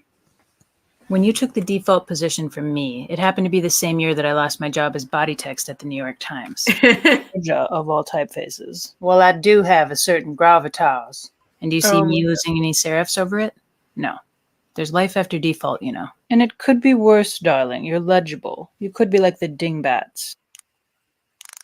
That is amazing. Congratulations. Comic Sans! Wait, you said dingbat? Well, yeah, silly. They were just talking about how they reconciled general relativity with quantum mechanics in their new working model of the universe.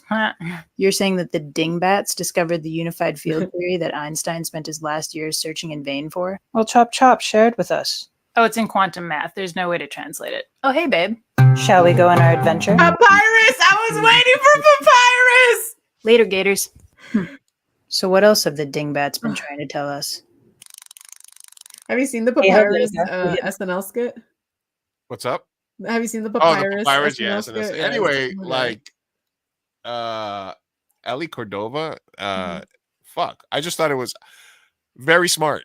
Like, well, so yes, but also everyone on TikTok is doing trends like these where it's like if this thing, like inanimate objects could speak and then they kind of give them a life of their own. Like the other day I watched really good actress, I don't know her name, but she did this whole monologue about what was it? It was if when you go back to oat milk, when you go back to half and half to whole milk after you've been drinking oat milk.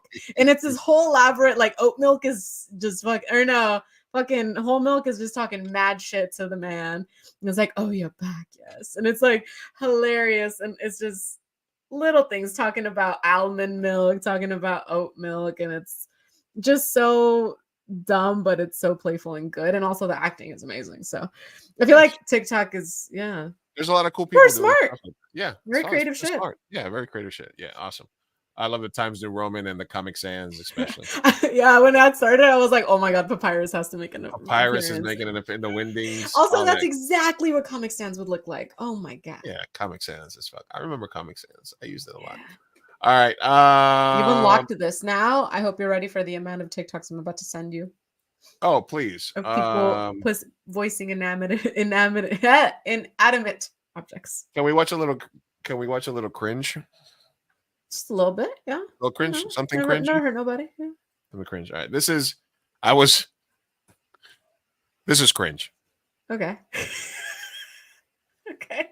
I refuse to let my sons play with dogs. That's not what men do. Men are supposed to be leaders, protectors, providers. How do I expect him to be the head of a home when he's steady tending to a house made of plastic? I refuse to let my sons play with dogs. If I ever catch him with a Barbie, a Bratz, a Polly Pocket, or Cabbage Patch, I swear my right hand to God, I will set him straight. And on that is not how God intended for us to act. I said I refuse to let my sons play with dogs. Because I don't want them learning what it's like to have ownership over a woman's body. Oh my God. All women are born with strings on their back. That if you pull hard enough, they'll act how you want them to act, wear what you want them to wear, talk the talk, and walk the walk straight into a box that was never designed to hold the sound of a woman's voice, let alone her stretch marks. Tattooed across her skin as a result of reaching so far across the universe, she bridged heaven and earth, yet still. All right. He's just trying way too hard. Wait, whoa. That might have been mind-blowing because it took a turn. Yeah. It took an unexpected turn. What? But it was a cringy turn. No, it was so cringy. No, it was bad. Like, yeah. Starts off talking about women at home state and going to be sexist, and then it takes a feminist turn. Yeah, but why is it not landing? I'm trying to pinpoint, like, because he's trying too hard. Is that what it is? No, because it's spoken word. Everyone in fucking spoken word. No. It's very do and the women of the world are the real heroes. Again, you should not like, no, like for rage baiting. It's called rage baiting. Look, it could be like lowering your expectations to then raise them back up again, maybe, or something like that. It's. I just feel like it's like he was like he really thought he was saying something by being like. because if my son plays with dolls, then he has ownership of a woman's Yeah, like, body. and that's my thing. I'm like, it doesn't connect. It's not super connected because you start off by saying this like super sexist, homophobic, whatever you want to call it, like very like short-sighted viewpoint. So immediately you have the audience engaged and angry, right? Right. So the turn for me would have been like maybe admitting to some homosexuality tendencies, maybe admitting to some like we're talking about gender binaries at this point. And then he went to feminism. So to me, it just structurally doesn't make sense because you hopped from one thing. We didn't close that topic. I wanted it. I wanted it to be closed with a bow and tied up nicely. Of like, okay, maybe he starts with the sexist rhetoric and then maybe goes to like maybe his deep-seated like homophobic viewpoints and kind of like baits the way like you can bait a Republican by saying all this racist rhetoric and then like maybe like undoing it in a very like intellectual way. That's what I was expecting. And then he just switched topics completely. He went from like that to because women's bodies and I don't want to teach him to use women. So to me, I'm just like, wait, what? It makes no sense. It's just not adding up. What? Yeah. Two and For two me, is it was making, literally not like making just seven. him trying too hard. It was just like I'm gonna take you on this journey. But it wasn't a journey. My thing is like it was not a clean segue. Listen, there are no misogynistic, sexist beat poets. They don't exist. But how funny would it be if they there are no MAGA. Like a MAGA there's no red. I'm making a script right now. A MAGA spoken word. There's no red pill poets. Oh my god! And build a wall between us. Yeah. And a woman's worth is her body count. Because they took our jobs. And a woman does not want to work the oil fields. Men created the modern world. So have babies at 15 and go chase a squirrel. I don't know. Yeah. Wow. That rhymed. Wow. That rhymed. Yeah. Art. No, I don't. I think I'm right. I think it was the weird turn between two very different fucking unaligned topics. Yeah, no, it definitely was, but I still think it was just he was just trying so hard to do a thing. Like he totally thought he was. I think he thought like, oh man, I'm gonna do the whole they don't play with dolls because women are not objects. Boom, and it makes sense in his head, but it's like and I'm gonna get so laid. It's like no, the vagina monologues did that better already. Yeah. It's already been done. No, it's like it's just been cringe done well. Like this was done incorrectly. This is bad. It's cringe. Yeah. All right. Yeah. All right. But on the bright side, he has a great voice and tone and knows how to perform. Yeah. That was just bad writing. It was just bad. It was just very bad. Just very cringy and bad. I mean, shout out to that guy for getting on stage, but good for him. Yeah. I think he has potential. So let's not knock him down. All right. So this is listen, man, we don't condone murder or any sort of act of violence here, but prank tubers and people that go out and get clout by bothering people are probably like the people I least feel sorry for if they got eaten by a zombie. I'll say that much. Yeah. You can set them on fire for sure. Yeah, definitely. Like I would feel like push them on a cliff. Yeah, I see like an influencer like running from a zombie with like their camera. Oh my god! Yeah. And then yeah. Anyway, there's this guy. What's his fucking face? His name? I don't know what his name is. Who cares? But this is a video that he's putting out where he's walking around with a bodyguard and acting like he can do whatever he wants to anybody. Oh, I can't watch this. No. And this guy like bumping into people, and he's like, "What the fuck, dude? What are you bumping into?" And then he's like, "Ah, little pal, what you gotta do? What you gotta do, bro? Yeah." This guy unironically hangs out with like the island boys and stuff. Like it's that whole group of like. I mean, I know Generation. I don't even A like or to whatever. give him. I don't even like to give him attention. Like what? I don't like Generation A or whatever is like supposed to save the world and stuff. Is that what we're doing? Is that what we're calling them? I don't know. Alpha? Is it Generation Alpha or? What's after? Why do we get to Z? Why It's do we jump millennials, so low? zillennials. Well, it goes XYZ. So Gen X, millennials are Gen Y. Millennials are Gen Y. We just got a cool little name, and then Gen Z is Z. So it was. But what? How do we go from boomers to XYZ? Is my thing. I don't know. And why did we start with X? Why couldn't we start with like you should have been A, I should have been B, and Gen Z should have been C, and then we should have kept going down the alphabet. I like X. Yeah. All right. Generation Y, because why the fuck are we even here, guys? Yeah. All right. Anyway, yeah, prank YouTubers, they suck. All right, we're almost done here. We're gonna get to No Names. We want to get one more topic and then Louder Gay. But first, this is Lou's misogynistic video of the week. Oh my god. What is it? So there was a SWAT international competition of SWAT teams from different nations, and Chile what sent did they do? An all-woman SWAT team. Fuck yeah. And this is their run through the obstacle course. Fuck yeah. All right, here they come. Good start. They're looking good. They got their outfits. They're looking mean. 5 ladies teams involved. All right, here they go. It's a SWAT challenge. In the UE first SWAT obstacle. this year.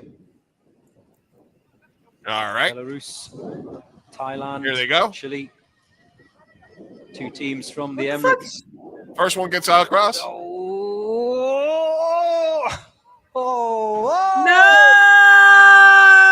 This is like Wipeout. To get wet in the ice bath today. And, well, they are stuck in the middle of that zip line. Damn, they didn't even make it through the first one. Well, in the ice bath, you have to go back. This video is 6 minutes Beginning long. of the They zip line never and do leave it the again. ice bath. And currently, Chile have they lost all momentum. That sucks. Yeah. So now this in is the middle their plan here. of that ice bath. Here's the plan. Thankfully, the water will be a little bit warmer. Oh, than that is a great plan. Vamos, vamos. The one I could do it just turn around. This is tragic. Just say vamos, vamos. And it just goes to show you how important momentum is. Yeah, literally momentum is everything on this one. Listen, they're holding on there for dear life, though. I was gonna say I would not last 2 seconds on that thing. Yeah, I would. I could not even. I could not. No. Although I did go to the gym last night, but yeah, I think they dropped their gun in there. Somebody dropped their gun. All going horribly wrong. And, this is. Well, I said it on a couple of occasions today. Oh, they're fishing. That, they're fishing their weapons out. Oh, no. Water. Okay, and they're still on the pieces of kit is just going to go in there, get even their guns worse out. if you get wet. They're still trying. They're going for it. Oh no. All Wait, right. they can continue to. They can just continue to. Yeah, they can continue to go back, and they're okay. Then try it again with momentum. Just don't give up. There it is. There it is. See, there you go. Just try it again. Get that momentum. Yeah, they're gonna do it. They're gonna try. They're gonna. They've got 2 team members over. Vamos. Oh, there you go. They try to do it all at once, and they probably sagged the line. The problem is there's no one there to push her because she had been pushed doing the pushing. 2 more members to come. Woo! No, you're fine. You'll get across. The problem was that I think they all went at the same time, and then the line sagged. And Uno then más. Uno más. Okay, now that they're doing it, it doesn't. Uno más. Hey! Oh, they did it! This has a happy ending. Oh, this was very poor judgment. Okay. All right. Apologies. I'm sorry. Oh man. See, whenever you say misogynistic moment, I never know if you're gonna go the sexual way or the demeaning way. It's basically just my one misogynistic your clip. one pass that you get with my one misogynistic clip or that we get. I love Chile. We love Chile. We love Chile. We love Chile, and we love Chilean SWAT teams. Yeah, did you know that Chileans make this amazing like churro like pastry and they call it calzones rotos? Yes. I love calzones rotos. Calzones rotos. I'm learning so much on my job, you guys. I love Chileans. All right, one last topic that we can clip here in terms of our takes on it, and then we'll get on to Naname's way. The Gina Carano situation at Disney. Oh my God. Why'd you leave that for last? Come on. My brain is fried.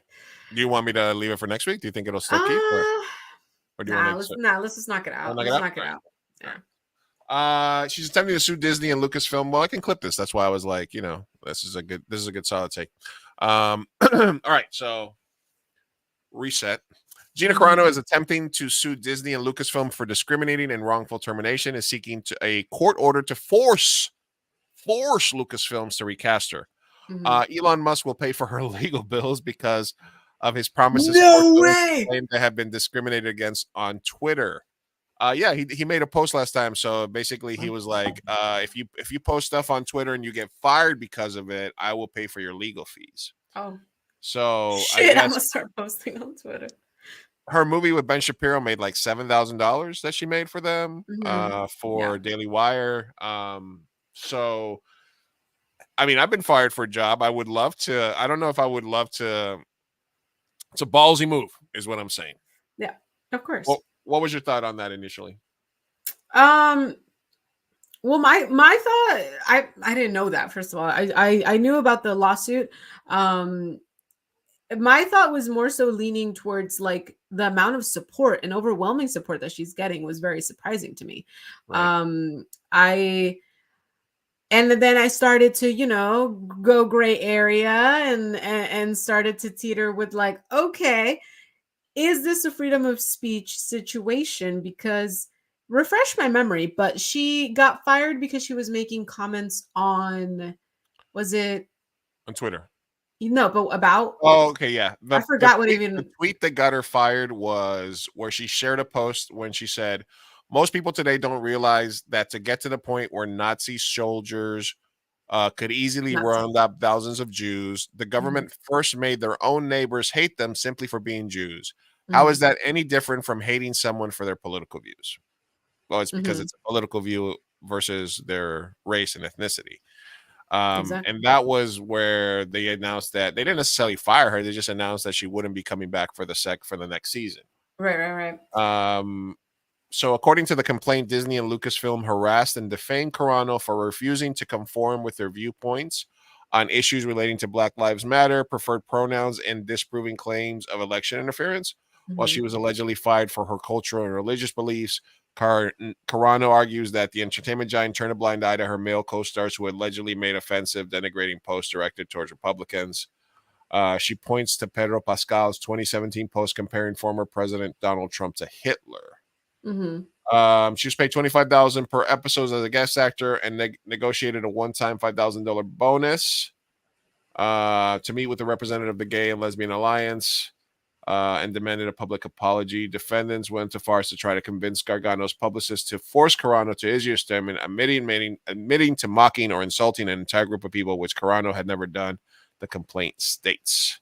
So I guess that's the biggest difference. But I did have the thought of a lot of people that are on her camp are comparing it to, for example, the Pedro Pascal thing, comparing Donald Trump to Nazi. Or also the Melissa Barrera thing about having just any political view on like Palestine and Israel and stuff like that and speaking out on it. So playing devil's advocate, what are your thoughts when someone compares the situation with Melissa Barrera getting fired for speaking up on her thoughts versus this one? I know that it's very different in the content, but what are your thoughts when someone makes that argument? Well, I didn't think she should have gotten fired. Okay. Number one, because even though I don't agree with her viewpoints, I think her political viewpoints should be. I think it's shitty in both instances for her to be. I can't feel that Melissa Barrera getting blackballed for being pro-Palestine and sharing a link to charities and a charity. They're not the same thing, obviously, but they're in the same ballpark. So I don't feel that either one of them should be either fired for a movie or in a perfect world, I wouldn't know that she feels about anything, right? Because it's like she's an actress. She did a really good job on the show. And Melissa is an actress, and she did an excellent job in her films. So I think that neither one of them should have gotten fired. Neither one of them should get shit on. They are comparable in as much as they're both free speech issues. Now, if you want to say that in today's PC sort of cancel culture environment, there are certain things that are going to be frowned upon. And the line shifts always. You know, the line shifts every year, every 10 years, every 15 years, things that I grew up that were out, people were allowed to say all the time. You know, and even before, people stuff that people were allowed to say in the 70s, people that grew up in the 90s were like, fuck, how were we allowed to say that? And now people that are living in this time look at our shit and be like, how are people allowed to do that? So in my opinion, neither one of them, Melissa nor Gina, should have gotten fired. I think they should have both been allowed to do what they say. The thing that I take out of it is that she was getting 20 grand an episode in a Star Wars show. That seems kind of low with taxes and her agent and representation. She was making like 8-10 grand an episode. Yeah. So Polly, oh no, he's saying sup to he's only saying so, Sophia. Hey, Polly. And Lou. So 75. So she's demanding to be recast at 75 grand an episode. Oh, whoa, nice. Yeah. Plus punitive damages. That's not going to happen. But I think that $500,000 or $1 million to make that go away to Lucasfilms is literally nothing. Yeah. Yeah, exactly. They could do it. Star Wars is like a $5 billion industry, so yeah. Yeah, no, I think I'm on the same camp of like, even though I fucking think what she said was the dumbest shit ever, and racist and terrible, I do believe in freedom of speech, and so I do think that it's very comparable to the Melissa Barrera situation, where I do think that you should be able to voice your political opinions and maintain your job. I do understand that there is a line when it comes to maybe violence and when it becomes like you're a danger to your viewpoints are a possible danger to society, because like you said, Melissa Barrera, she is technically not saying death to Israel. You know, she's not saying like fuck Zionism. She is not saying any of that. She is not, she's just saying the charities and pro-Palestinian views, which is totally fair. There's a genocide. So I think that both of them should be able to voice their opinions. I don't think either of them should have gotten fired. I do think that once we get into the maybe like her onset or during, I work in a corporate setting. I do. Yeah. And there are rules. Like when we talked about the politician that showed up in like not a suit to work, right? And we had to have that like thinking process of like, man, why do I think that's wrong? And why are we not on his side and all of that? It's because we all have to follow rules in society. Like it is what it is. So if she was maybe not respecting people's pronouns in a professional setting, I'm sorry, but stuff like that is more than enough to get you fired. Okay. If I talk shit to my boss, I can get fired. If I don't dress the way that the dress code is, I can get fired. There's plenty of reasons to get fired. And it sounds like it was a mixture of that. Listen, we have a tattoo shop now, and even we have to be careful about the stuff we say in a tattoo shop where you would think would be a safe place for everything. A safe place to say anything. Yeah. We have tattoo artists and, Exactly. And so not talking about Nazis has never been cool ever since World War II. So I know that she was teetering on a line, and I don't think that ultimately she should have been fired for that. However, if she was acting out in different ways in a corporate setting, yes, of course, by all means. Now, when it comes to this lawsuit, I mean, I guess we'll see. She can try. I do think this is more of, I don't see this as patriotically as she's standing up for herself. Unfortunately, I do see this as like a total grift from the right. And kudos to her, because she has to make her coin, right? Clearly she wasn't making it with 20K an episode. So, good for her. And I hope it works out. And even if the lawsuit itself does not, then at the very least, she's going to get so much money from the right wing clout that she's going to get. So kudos to her. She found her niche, and now she's a martyr because she was fired. And so, it is what it is. That's life. She has to dive into that right wing. Yeah, and she's diving into it head first. And so, you know what? Go for it, Gina Carano. Just be racist and be as racist as possible and fight for your right to love Nazis. Don't clip that. I don't know. I just think it's a dumb shit that she said. And she's so stupid, but like, good for you. Get your coin, girl. Get your coin. Yeah, like I said, I don't think she should have been fired for that. No, but I could talk shit about you. Freedom of opinion. Freedom of speech does not mean freedom from consequence. From consequences. Exactly. And in California is an at-will state. So assuming that, Disney is in California, they can fire you for whatever the fucking reason. And I think it was more the lines that she did those tweets. They said, hey, we want you to meet with these places and make this statement. And she was like, no. And she got fired for it. She wasn't making a lot of money there. 20 grand an episode is garbage, like Paulie said. And the one part where she might have a leg to stand on is she lost a lot of money and her career did suffer because of it. So and I can totally see her maybe winning, depending on what she's claiming. Like, I can totally see her actually winning and like coming out of this pretty good. So I think, like I said, but I think this because they went with the freedom of speech situation, The goal of this, I think, from Lucasfilm's perspective, what she probably wants is a settlement, and I'm thinking that $500,000 to $2 million is nothing. They're like, wait a minute, she wants us to hire back at 75 grand. We got to spend money on lawyers. You got to do that. And the PR that it's going to be. We're not bringing her back. No, get her off their back. They'll probably settle. I can see them settling. If she was making $500,000, she comes from family money. I did not know that. I mean, nepotism. Nepo babies are going crazy. Didn't she have some like who does it nowadays? She was MMA, right? Wasn't she MMA or she was? I'm not sure. Was she possibly? I don't know her. Yeah. Anyway, background necessarily, but that Wex Luther. She should be able to say whatever the fuck she wants. Thank you. She should, and she necessarily. But that doesn't mean that a corporation like Disney has to like it. True. Exactly. True. So you know what I mean. And then again, interesting. The reason I had pulled up Elon's page is because he's been on a fucking tear, spreading misinformation about illegal immigrants.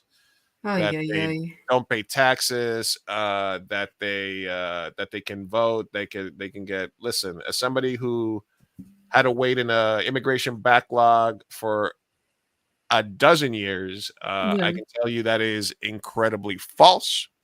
And you know what I mean? So Elon has been fucking on one over on the Twitter. I'm not leaving, but it is becoming a bigger hellscape every day. Yeah. Yeah, man. Basically, he's been just stewing hate towards immigrants. Just like horrible shit. So FYI, I mean, it's all been debunked. It's all very clear, but he's just going mask off a lot of shit that he's. This is when like multi-billionaires just don't have shit to do with their time. They just have so much money. Time on he's very off base, man. He's like steering into the worst of people that have hatred towards immigrants. And as an immigrant myself, as somebody who lived as an illegal alien when I was a teenager, before I was able to fix shit up for myself, like, it's a fucking nightmare. And being an immigrant is not hard. And you pay into a system that you can't get money out of. When you have a job, you pay taxes, you can't get taxes back. You can't vote, you can't participate in a million things, you can't get a loan, you can't build credit, you take for granted the shit that you can do afterwards. But it is a shithole of a life. So, and you live with a fucking piano above your head. Every time you see a cop behind you, you freak the fuck out. It's a horrible way to live. And the fact that people leave somewhere to do that, to have to live a life like that because of the abilities that you have to make money here in the U.S., and then people like him that are fucking idiots that benefited from immigration, that are immigrants, usually benefited from making the issue, from causing the issues in these countries that then lead to migration, or people like Trump that have an immigrant fucking wife, you know, exactly. And then you have these fucking God convoys going to the border, claiming they're on the side of fucking God, That's the least godly shit when you talk about Jesus being an immigrant and fucking an outcast and shit and brown. And these people are like anti-Palestine, anti-immigrant. So, exactly. Thank you. Yeah, we got to keep speaking out about it. It's very people are very, very fucking angry about it. So that's definitely one of my hot topics that I hate about. All right, guys. So we do have some anonymous ways. I did want to finish those episodes. We were going to give some advice. So this is last segment of the night, and it's something we like to call no names. No names. Now it's time for No names way. No names way. No names. All right. Way, no names. Way, no names. No names. All right. First question comes to us from Fed Up Vato. All right. All right. Is that you, Polly? Fed Up Vato. Fed Up Vato writes, let me put it over here so I can look towards the camera. My lady and I have been together for 10 years, and we have both been in and out of jail during that time. I didn't ask, and she didn't ask about what we did when we were inside, and we both kept it like that. We have both been out for the last few years, so things got more normal, but we got new phones, and her homegirl started telling her, how come we don't have each other's location on at all times and whatnot. I told her that if we don't have trust, how are we going to survive? She is not having it, says it's a major red flag. I blame her friends. We've been together 10 years. I ain't doing shit. She my old lady, but I do not like being tracked, and I don't want to spend my energy tracking her. So how do I make her understand this? Órale, say control your hyena, bro. Dude, you need a more firme ruca. Yeah. First of all, I love it. I love this whole vibe.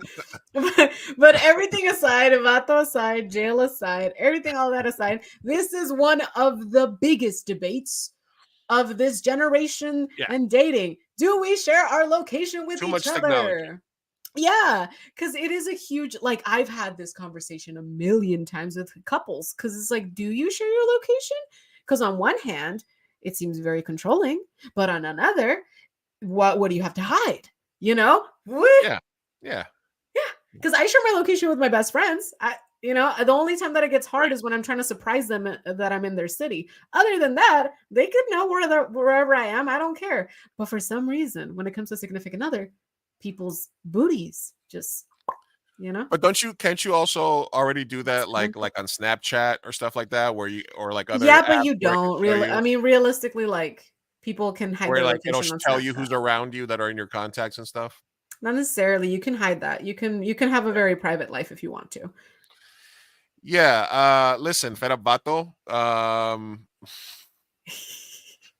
Just tell her no more locked doors. I guess I understand women doing it for safety reasons. I understand. Did you see that one? I'm a pendeja. His location shows like my sister's house, so he must be like really friends with her or something like that. Oh my god! Because he's there all the time. Yeah.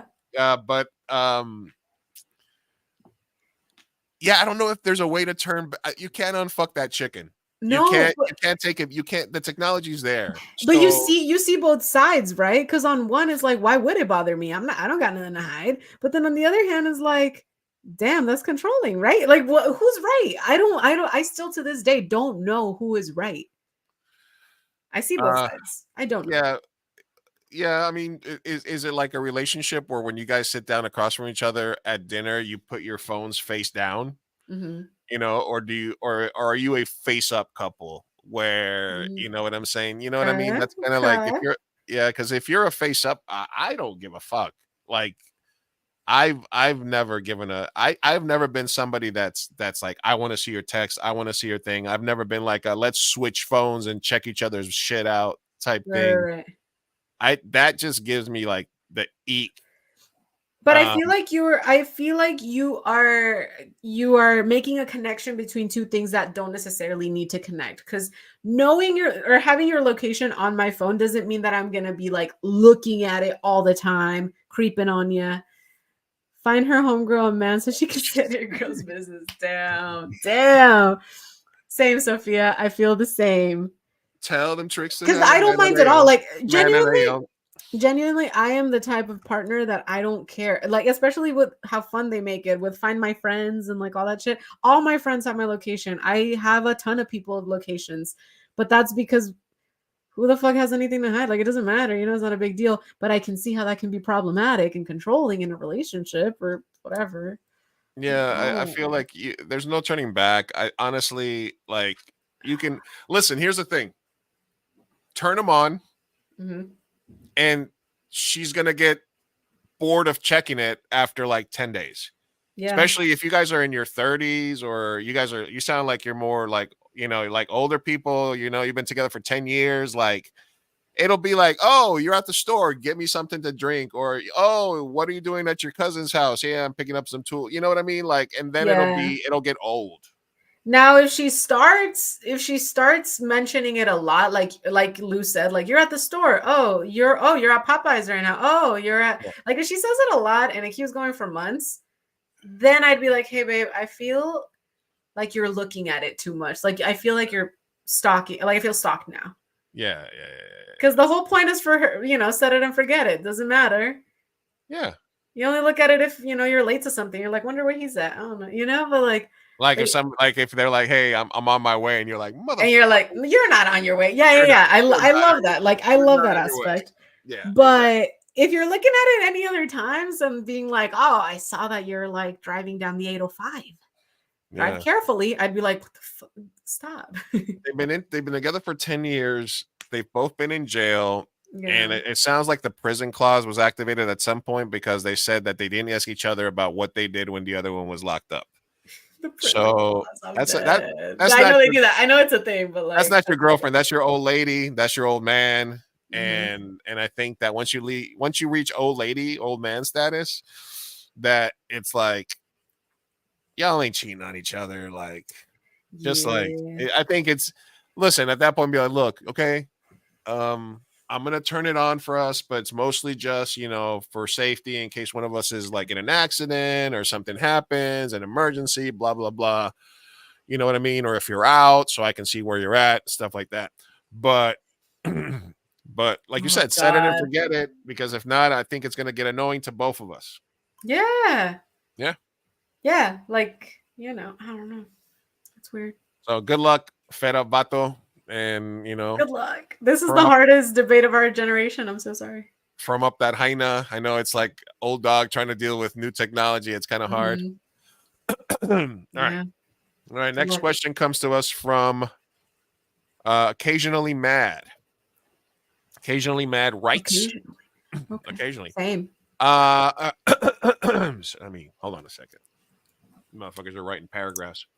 Oh my God.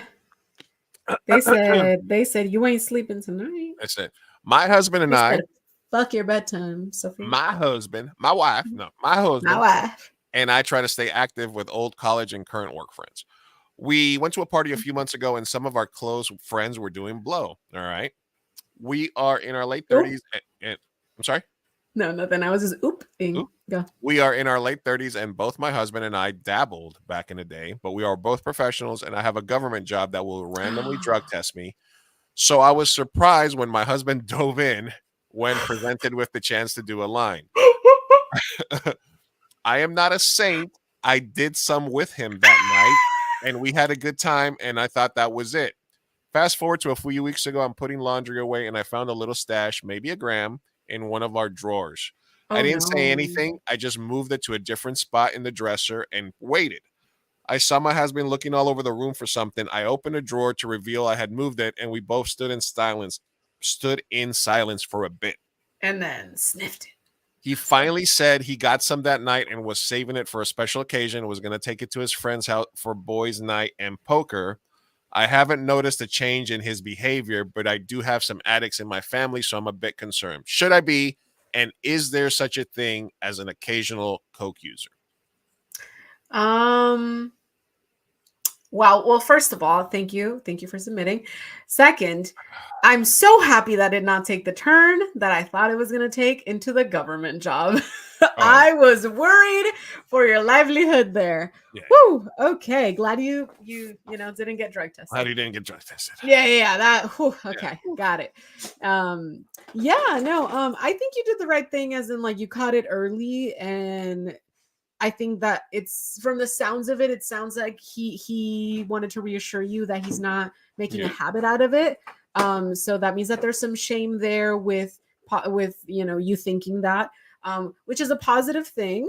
That doesn't mean that he's not necessarily an addict, but I do think that is a positive sign that he does not want to make it a habit, unless he's just lying. But I doubt it. Yeah, if he really did get it at that party months ago and hasn't used it since, that's a good sign. Yeah, because if he had bought it at that party and he was an addict, it would have been gone. And he would have replaced it like 10 times since then. Yeah, which is a possibility, right? Devil's advocate. Yeah, like so he it's could have either- very well finished it, also been refilling it, and has a dealer now and does it daily. We don't know. But if you haven't noticed a change in his behavior, if you Yeah. haven't seen him be like sketchy or up till all hours of the night or peeking Innocent out the until window, proven. Yeah, exactly. Innocent until proven guilty. It seems like there's no proof, and yeah, and I do think that I do think that people can get addicted to different levels, and also be casual users of literally anything. Yeah. So down to food, like Listen, any substance. So. the funny part is when she said he dove right in. It's like he dove right in. I imagine that too. Okay, I was like, yes, please. Listen. He didn't even ask. He was just like, yes. I mean, I told the story when I was at my friend's house and they had a white line and I thought it was Coke. So I was like, yes, please. Yeah. And then they turned out that it was fucking Oxy. And I ended up fucking like on like one of the worst trips of my life. And like time moved fast, slow. I was not ready. That. Oh no. I was like, my God, that's funny. I was like, what kind of Coke is that? And I was like, that's Oxy. And you just did like a whole pill. And I was like, oh. Yeah, it was a bad experience. No.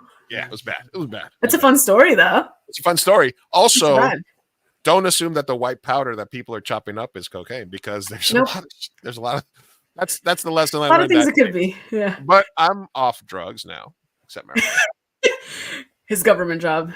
I'm off drugs. So listen, like I said, it's funny that you said he dove in. I mean, you're not a saint. You did it too. He saved it. He didn't tell you about it. He didn't say, "Hey, I'm gonna grab a gram." I guess that is a little red flaggy, right? The fact that it wasn't like he didn't want you to assume either. Maybe he didn't want to share. Yeah. Was he being a little sketchy by not telling you and hiding it? Yes.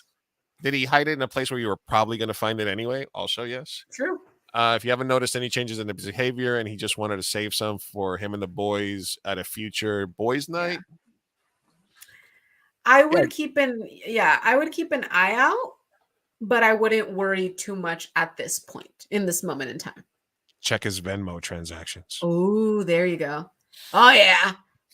I mean, that would be that shit. He would private that shit, right? Borrow his phone for something. Say you want to order a pizza and your phone is dead, and then check the Venmo transactions. Lou is always here with the toxic fucking advice. And check for any snowflake or white girl emojis. Lou, you're causing a divorce right now. You know what she's gonna find? She's gonna find like strippers and like other things, like exotic foot massage. We give the official answer and then we give the practical answer as true. well. Look in his phone. We give you the real advice, even if it's bad. Even if look in his phone, go to his Venmo. You're correct. That is literally the easiest way. That's how you're gonna figure out if he's been bullshitting, if he's been real, and what. Can't sleep at night. Yeah, look at his Venmo. Just turn on his fucking location. And you know what? While you're in there, check his DMs. All right, absolutely. All right, and then our last question of the day comes to us from TV Nerd. Okay. TV Nerd asks, top 5 TV shows to binge. Oh God. All right, I'm gonna say top 5 TV shows to binge. I don't know if you're talking all time or now. If it's all time, I say Game of Thrones, The Good Place, How I Met Your Mother, Community, and The Office. You know. You still put Game of Thrones? You still put it on top 5? I do, and the only reason it's a good binge watching show. Once you get to season 4, it stops. Yeah, I mean, but it's a bingeable fucking show. I wouldn't recommend Breaking Bad as a binge show. Like it's a slow start.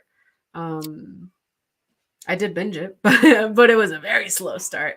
I mean, I wouldn't recommend Better Call Saul unless you saw Breaking Bad. Yeah.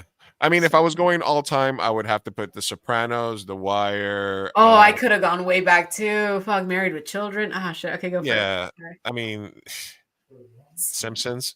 Yeah. Oh, The Simpsons, bro. Oh my god, Futurama, fucking Rick and Morty. Anything from Adult Swim, Aqua Teen Hunger Force, Metalocalypse, all those good shows. I'm gonna go current. And I'm very sad. I was actually sad, and I was going to put this in personal news, that I have only one more episode of Reservation Dogs left on Hulu. It's such a fucking good show. Yeah. I think that I'm going to go with current shows that are bingeable. I'm going to go Reservation Dogs, This Fool, and Atlanta on Hulu. And then fuck, what else is bingeable right now? The Office is a fucking classic. I mean, you have to. Yeah, I mean, but I think you've probably already watched the Office. And then if you haven't for some reason, BoJack, and if you want something funny while you're smoking weed, Aqua Teen Hunger Force. Yeah, that's always a good one. Yeah, I think we gave a really well-rounded, awesome list there. Yeah, we got plenty of shows for you to pick from there. Plenty of shows. All really good. Reservation Dogs. I'm lagging on. Hey, Josie tweeted at us, had an amazing time with Sophia and Big Chief Burrito. Such wonderful questions. Go check out and get your copy of Gotas de Amor. Yeah, absolutely. Josie, thank you very much. Retweet for me, please. I do not use Twitter any longer. I did follow her on Instagram, though. All right, we'll talk about that other. I'm so sorry. It is a hellscape, but it's still. You know, I'll repost her posts on Instagram. X-Files and Mad Men. Oh, Mad Men, absolutely. Oh, bro. Aqua Teen for the win. Number 1 in the hood, Wex. All right, guys. Thank you guys for tuning in tonight. Thank you. Hey, Polly, I know I owe you some words, but I was gonna message you. I was in and out of the hospital for a little bit with some stuff that was happening. Oh yeah. Watch last week's episode. We cut up. Yeah. They were gonna try to cut my foot off, but they're not now. So I will get back to you and stuff on some of that stuff that I was supposed to do, but hopefully you still want me to do it. But yeah, it's been a weird couple of weeks for Lou. But from Sophia, myself, Luis, thank you guys for watching, reminding you we're all on a big rock stuck to it by magic, moving through an infinite void. So love each other, make some art. Don't take shit too seriously. We will try. We'll try again next time. We'll try back next time. Love y'all. We love you. Have a good night. Peace out.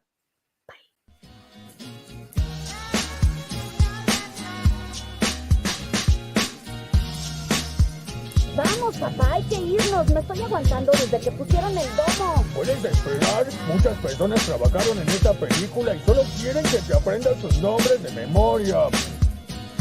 Y yo quiero asegurarme de que ningún animal resultó lesionado durante la filmación de esta película. ¡Listo! ¡Uy, palomitas en el suelo! Oh. Espera, parece que Maggie tiene algo que decir. Pero es su primera palabra.